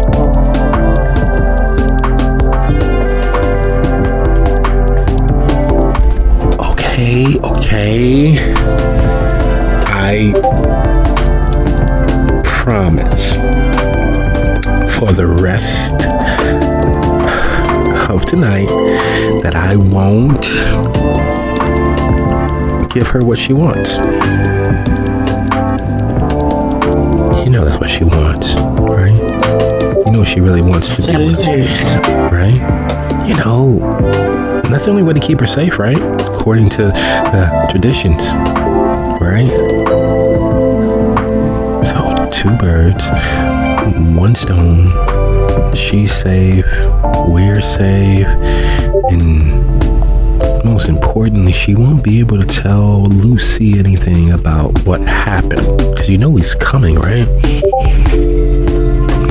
You know, eventually got a he's lot coming. to learn about the nuances of our society before you start telling us how it works. I'm just guessing. Why don't you tell me how it works?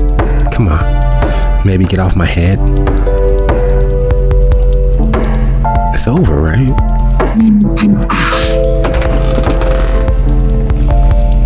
You can ask Thea all of these questions that you want as soon as you learn some fucking self-control and learn who is your friends and who's food. Understood?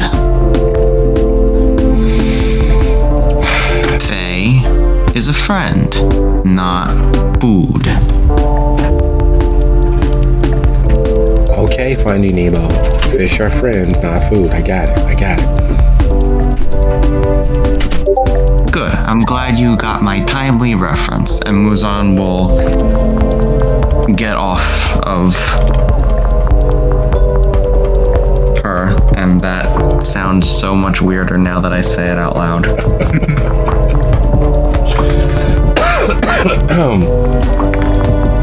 Frost would be eyeing, why is the name blanking for me? Sorry. Muzan, who just jumped on a small, defenseless little girl. No, the little girl. Stella? Yeah, Stella. And just flashes of what the other, of the person we grinded up. Because of that one took it too far as well. Well, did something weird and I had a bestial failure and, you know. Yes. 100% so. The gruesome, graphic murder of Zach Childer is definitely playing in your head because, well, she was a little taller than Stella. She was a little more muscular than Stella, but she was still very much a newborn kindred, much like you.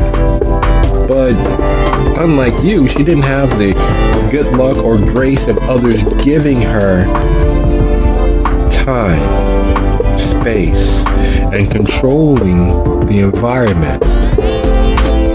Unlike you, she didn't get a chance to sleep on it, to die for the day, and realize that the world keeps on spinning, that the beast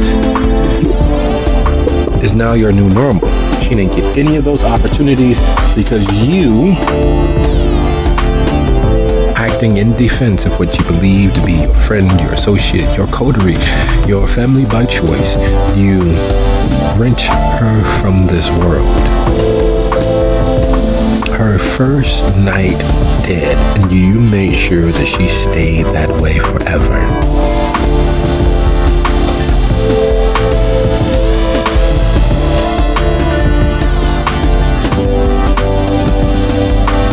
Basically, Frost would just look at what Mazan is doing and look at Stella, then continuing looking at, and then resume back looking at the rooftops, being weird, more quiet, even more quiet than his normal quiet self.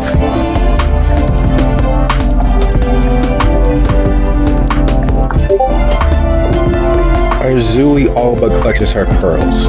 Several things have happened in quick succession. No one talks to her that way. The last person that did was Stryker at the succubus, and she made sure that he understood the folly of his ways. And for all of her bravado, for all of the self-contained image that she's putting out, the truth of who and what she is in this moment, in these last few weeks, is someone who had been driven from the city, hunted as if she was in fact prey. That's still a lot to deal with. The anger that comes is quite natural. The pleading and making deals is quite natural because in truth, she is mourning her former station. She was competing for the second position in the entirety of Chicago. She was waging social warfare with what purportedly was her lesser, but being as he was of Annabelle's line, he had a leg up by accident of death. He was given so much more. She fought and clawed for every bit of territory, domain, and respect she had, and it was taken from her, along with her close, loved second, along with the love of her unlife. Everything that she was and had built had been destroyed, set aflame, and she still doesn't know by whom. So having this neonate, this child, speak as she has, having this stern, authoritarian silence of Dax, it's a little triggering. And for the briefest of moments, those perceptive enough, those caring enough, could see a small chink in the armor that is Arzuli.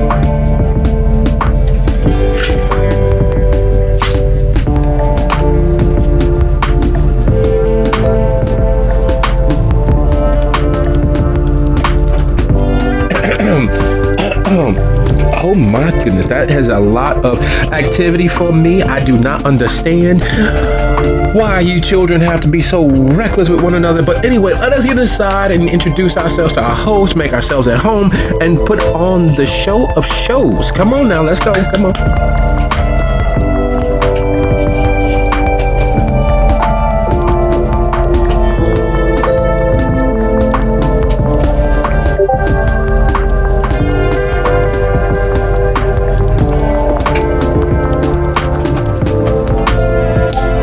Mazan will head on out.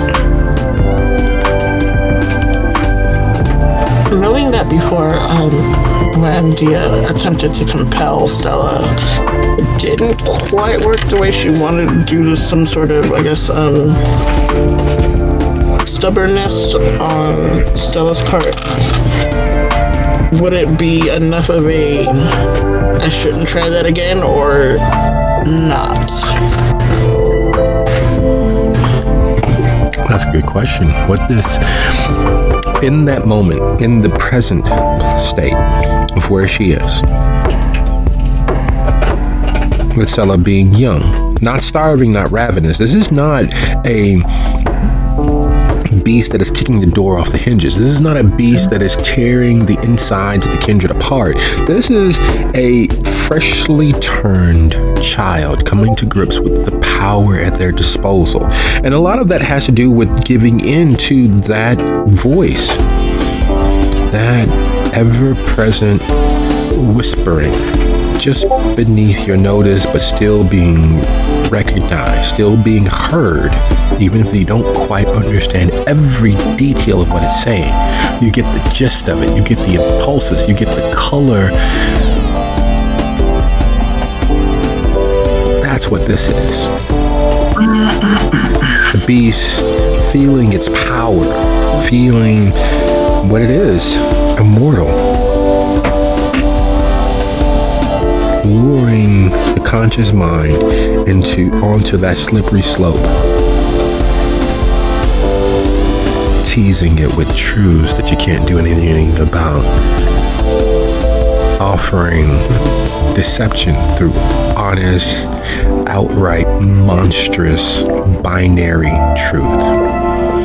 There's blood in all of them. You need blood to survive.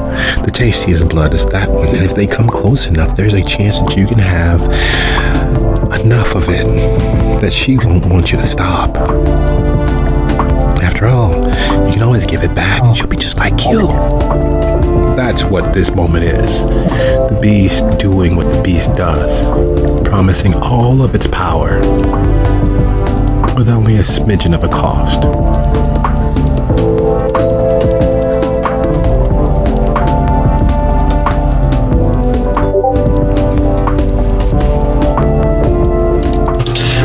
Dia is going to turn one of her own tricks against her.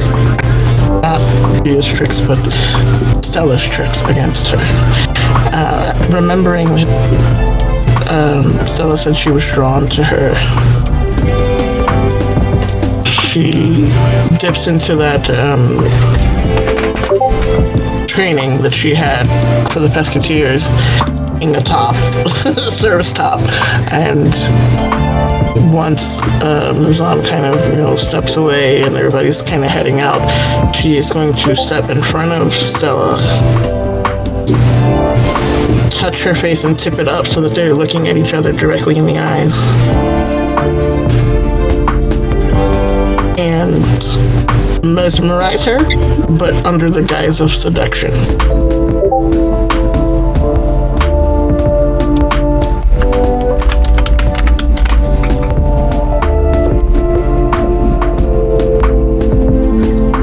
Really?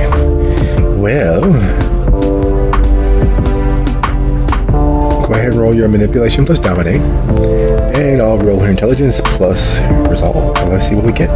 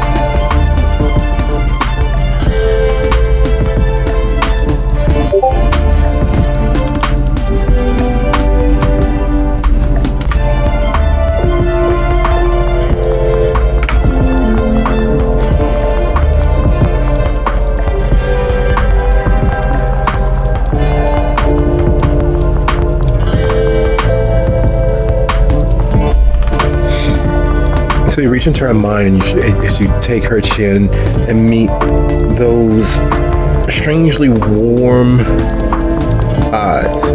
There's no light there, but there's a heat that sits there in the center of her being. And you can only imagine what that would look like coming from someone staring down at you, looking at someone who's a little bit taller than you. Those hooded eyes, deep, rich, dark eyebrows staring into your soul. All of that heat of will there.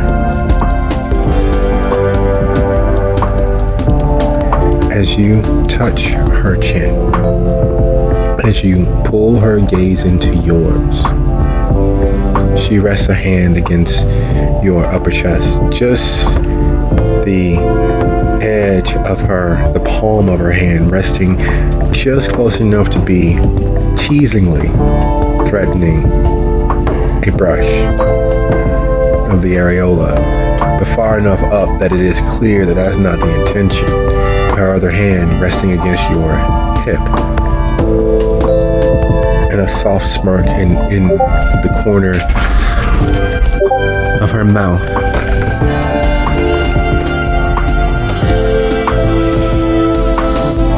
Tia, I thought you said we had to wait to the bedroom for these sorts of things.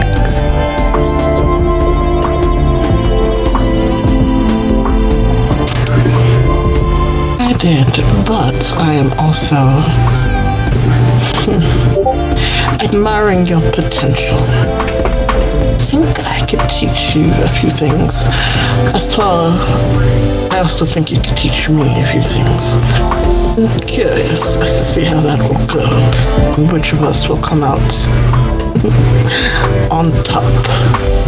And she gets very, very close to her lips, so that purposely breathing, not knowing she doesn't need to, but brushing that air across.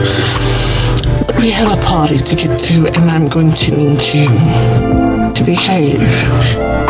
Please. And I don't say please very often.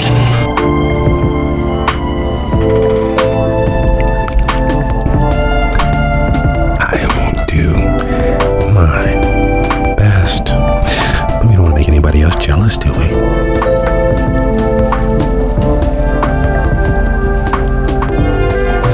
I don't care what they think. And she lets go of her and turns around and walks out. There is no assurity in the world that any of those suggestions settled in.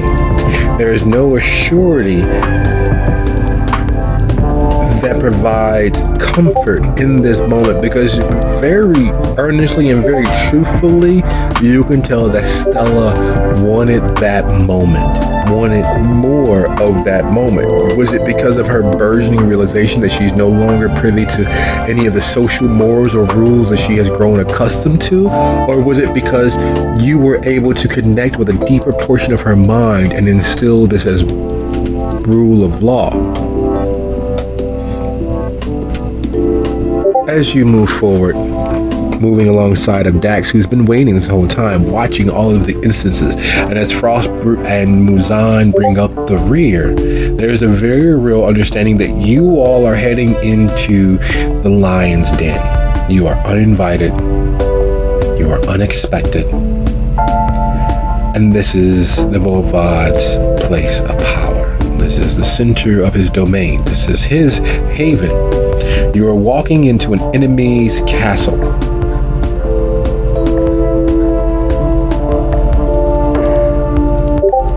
But luckily for you all, as you all enter, one of the many things that are underspoken of when it comes to those of the Voivod's blood is their sense of propriety when it comes to being hosts, their sense of hospitality. As long as you obey the laws of comity, they will honor and respect their right and responsibilities as hosts. You get to the door, and the armed men and women there make way for you all, almost as if they can tell without doing much more than a quick once over that you all are members of the damned, that you are kindred enough to be here. It's odd seeing this many guards, this many sentries, this many members of the watch aligned and amassed at the door. It very much is a throwback to all of those fantasy movies you've watched, all of those books you've read, where there was a town guard or a fort or castle or watchtowers guard personnel manning the front gates, looking over carts and travelers seeking hospitality, seeking to stay within the city's walls. The hallway in is no less ostentatiously appointed as any of the other times you all been here. Tapestries are hung with care.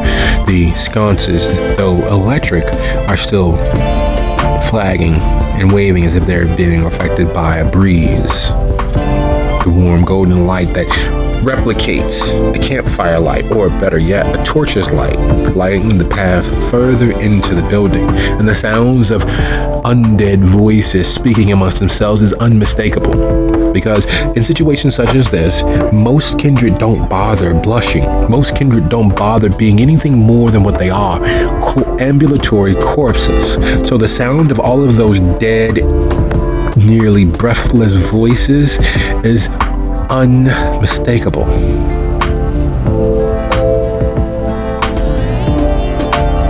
And as you all reach the end of the hall,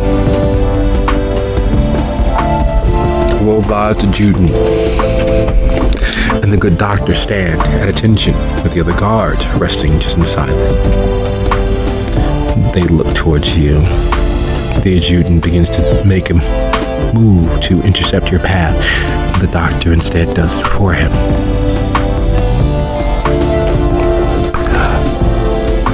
Good evening, everyone.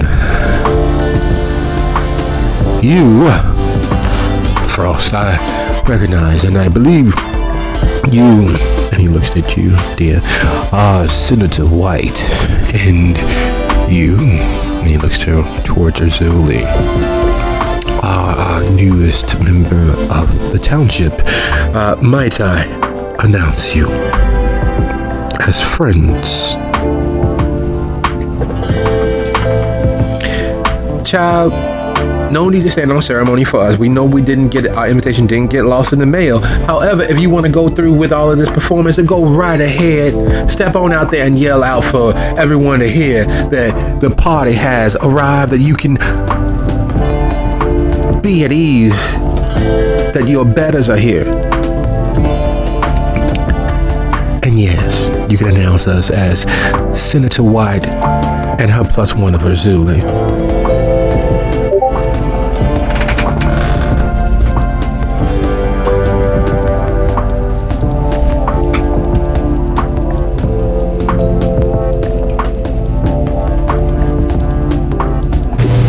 Gia looks at the doctor, who she very much recognizes from before, and gives him a very deep and kind of curious look.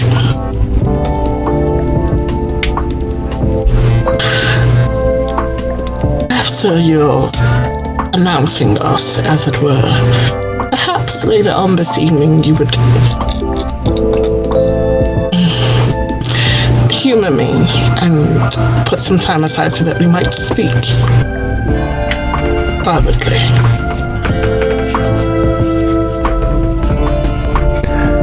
I don't believe that would be an impossibility. I will do my best.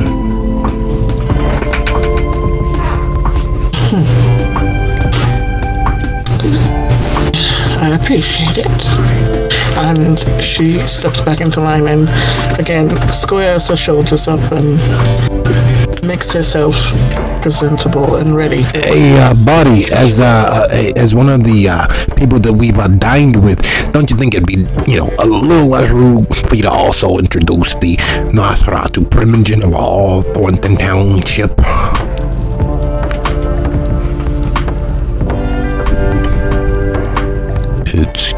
Excuse me?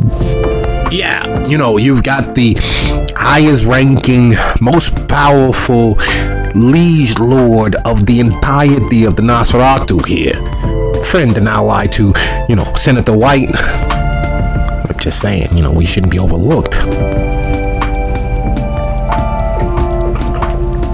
Oh. I'm sorry. No offense was meant. And you are Mr. Primogen, highest ranking Nosferatu. Your name? Muzan. But of course, excuse me. He takes a step back, rounds the corner, and in a voice that is incredibly loud, in a voice that has far more bass than should be possible in such a tall, thin frame. Announcing Senator White, Senator Azuli, her +1, and the Nosferatu Primogen Muzan. The fact that his voice echoes off the stone, causing you all to feel the bass in your feet, is significant. The fact that he does so in a room where any number of individuals might have sharpened their senses is even more so. And a subtle, soft initial begins to grow louder and louder, and Azuli takes the step forward, reaching back for Muzan's hand to pull them forward. And Muzan will take it. Shall we? I think we got the floor. Let's. You all round the corner into a room filled with the 30 plus kindred from the Thornton Township area, as well as those non-contiguous satellite baronies. The most telling fact of this gathering is that this number of kindred are present, and while you recognize a few faces here and there from the township, it's the fact that you have Baron Tornopolsky from Joliet here. You have Baron Pompeo from across the state line. You have barons from as far south as Cairo, well, Cairo as they say locally, present.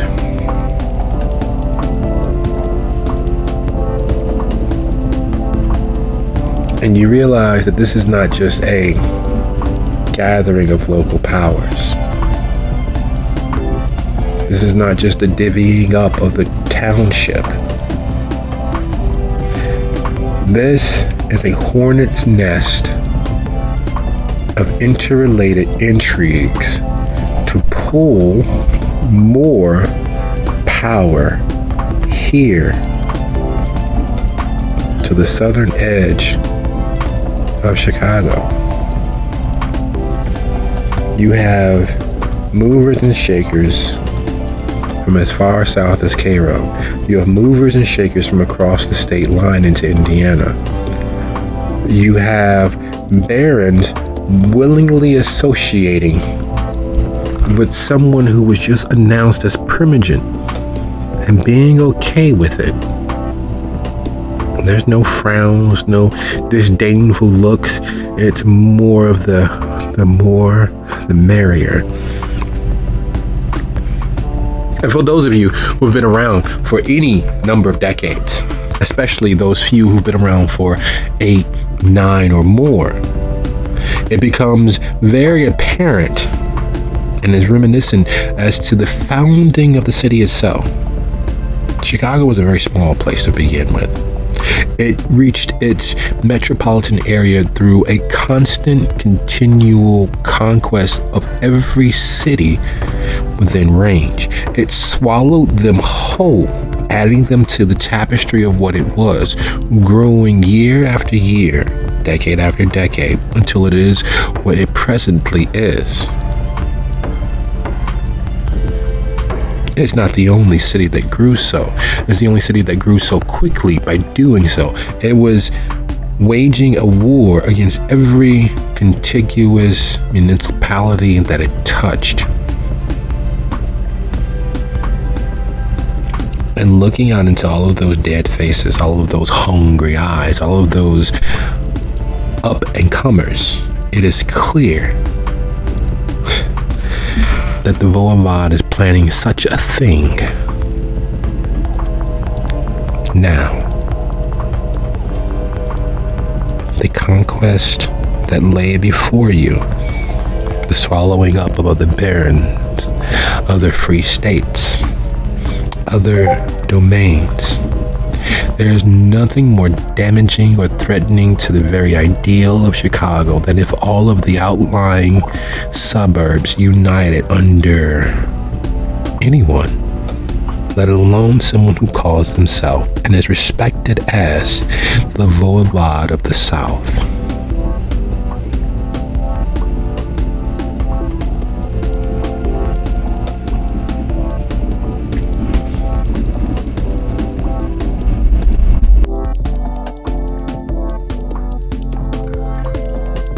And right now, all eyes are like on us, right? Yes. Yeah, Frost is feeling stressed.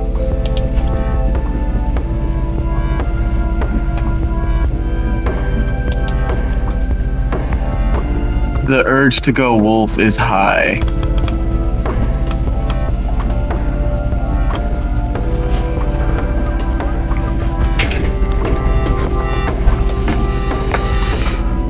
So knowing what you've all walked into, knowing the road that lay ahead of you was not as combative nor combating as you initially thought, but instead of divvying up the township, instead of piecemealing it and having enemies aligned to take what is yours, in the immediacy of what lay ahead of you all, this is a join the union get together. This is a align ourselves together get together. This is a war session against the very foundations of the city of Chicago get together.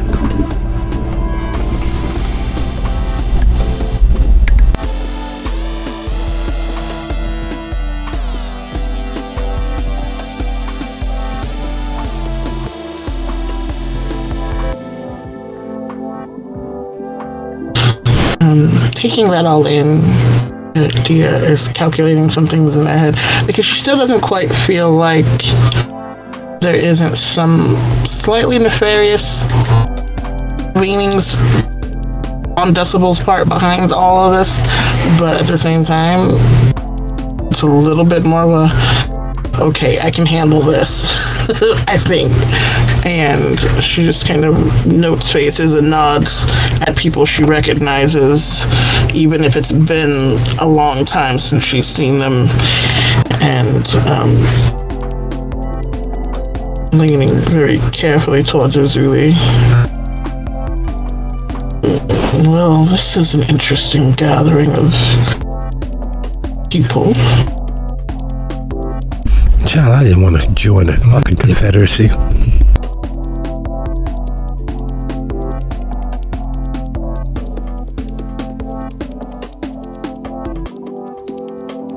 Well, no one says we have to, but I suppose we should play nice, seeing as how we are mostly outnumbered.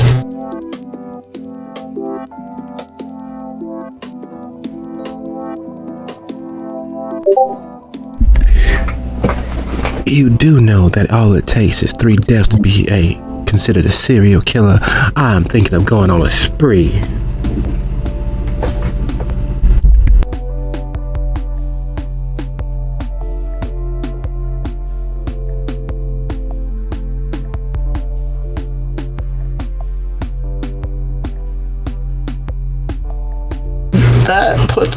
Dia at a pause because she doesn't quite know how to respond to that one. It's like, okay, I get you, but at the same time, what? So she's just gonna.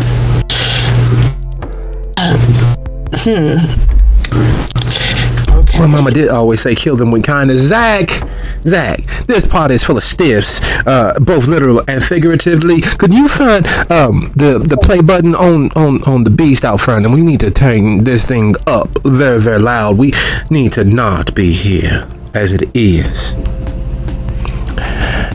If everybody know you're going to war, they can prepare. This is stupid. This is foolish. This is irresponsible.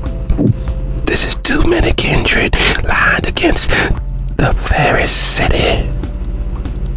Ma'am. Yes, cool as ice. What's going on with you? 9 times out of 10, a room full of kindred. Can hear you even if you're whispering. I learned that the hard way with Dia. Well, you shouldn't have been whispering around Dia anyway. That's just rude. You should be whispering to Dia. And yeah, a room normally such as this, but look at these stuffed shirts. There's none of them that want anyone to listen to them. They want people to be here, but they don't want anybody to understand what they're saying. Hi, how y'all doing? We need to create a distraction. Zach. Wait, what did Zach get off to? Do you want to get out of here? Is that what you're telling me? I'm saying that hello, hi y'all. This is a little bit stuffy and we are inside. It's a lot of people in here. We should get outside, get into the air. We have all these lovely grounds. And Zach Volker here is one of the best musicians that the Clan of the Roses has ever presented in the southern suburbs. They just come on outside. Let's listen. Everybody, come on now. We don't need to be all stuffy in here together like this. Come on, everybody outside. Let's go. Come on. I can't be the only one getting these dead folks moving. Y'all best to help. And are over his back to where it's visible in front of him, and beckons an arm to invite everyone and heads towards the stage that is the roof of their essentially mansion on wheels. Well, then Pied Piper away.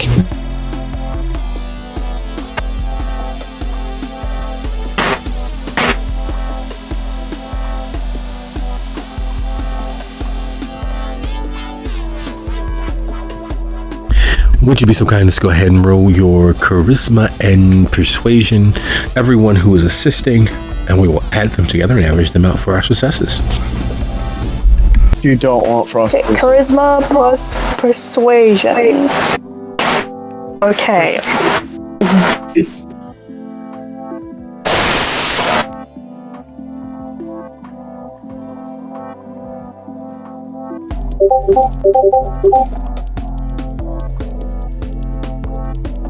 Okay, that's 4 successes on my part.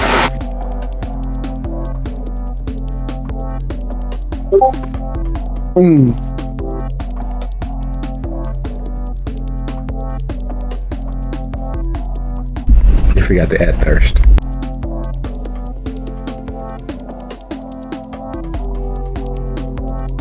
I don't think the edit works.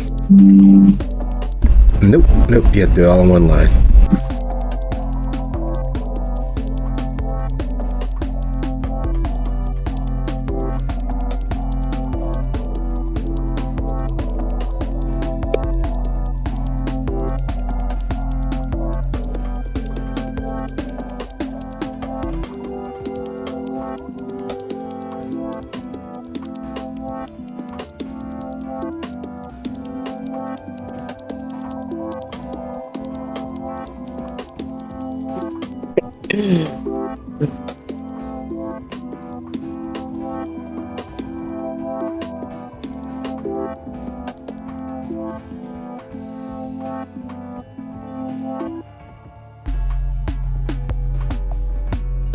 So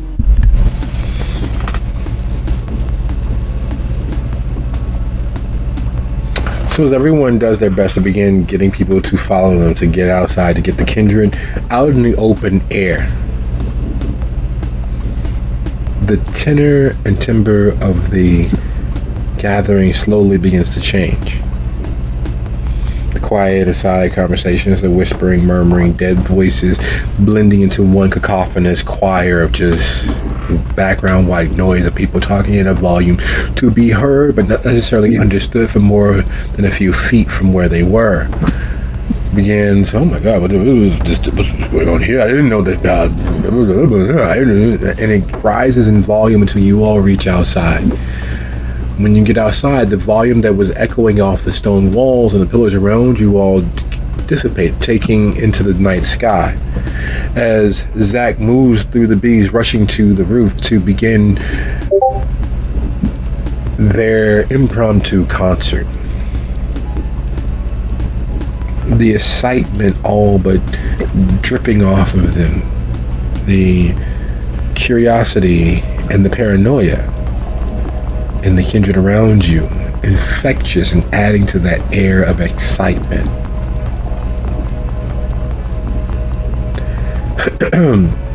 Those of you willing to risk it all and really pay attention to what is happening, please roll your intelligence plus politics or wits plus etiquette. Your DC is 3.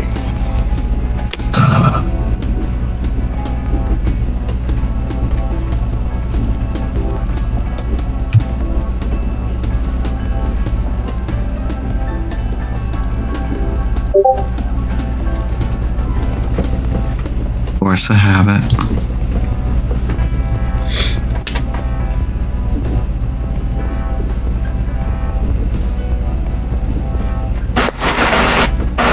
Forgot to add difficulty, sorry.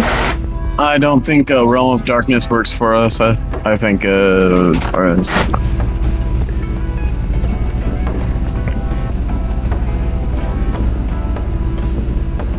Oh, and quick question to Storyteller. Yes. Once Zach is on his impromptu stage, can I throw up entrancement to get the audience's eyes on him? Yes, of course. Alright, let me look up what I need real quick since I have the PDF.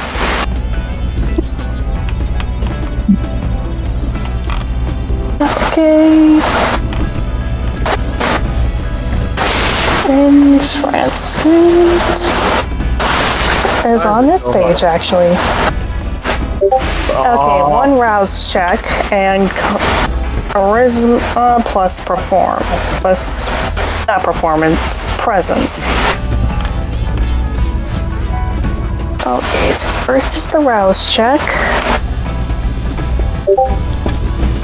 See.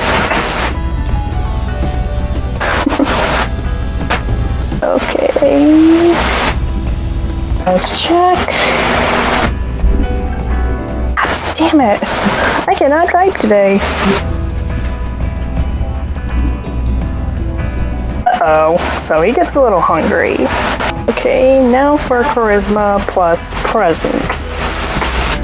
Now that he has some hunger, I have to add that to the equation.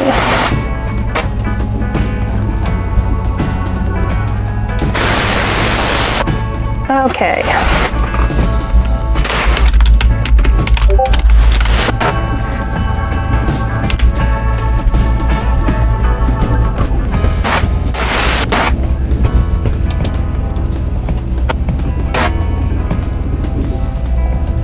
I think everything's kosher now.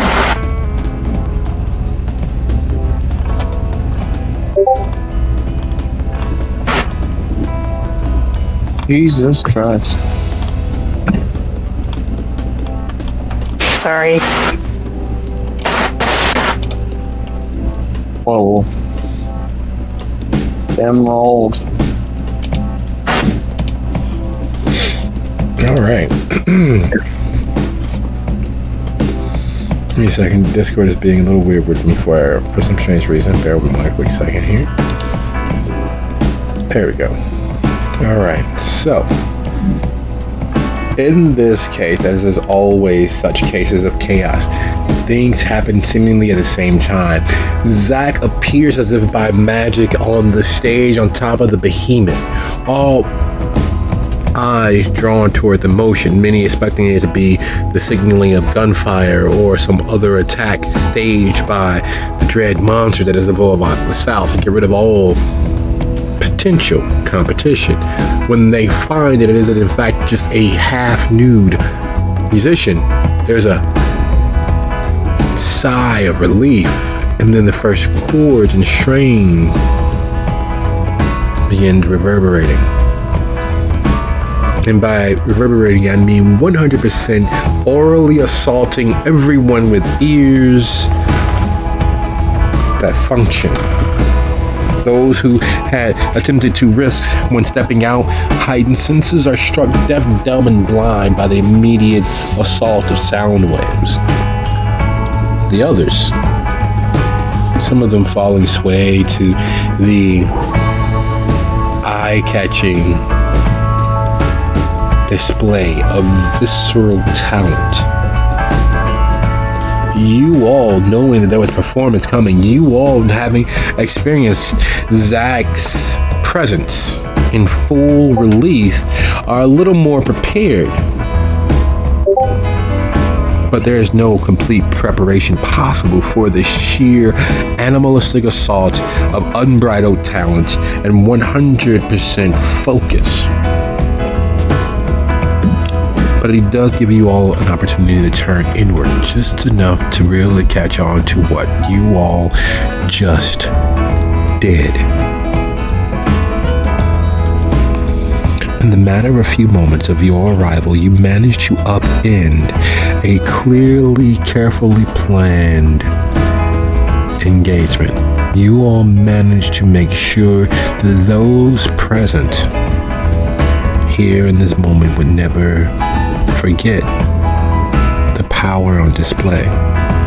You all moved the unmovable minds and intentions of kindred who had survived civil war of a variety of stripes over the ages. The War of Ages, the War of States, the War of Independence, and so forth and so on. All of the many battles they've survived, all of those that they've outlived and committed to memory. You all managed to control and affect all of those powerful kindred. Senator White, Senator Azuli, and the Nosferatu Primogen of Thornton Township. We always talk about that there being before and after moments.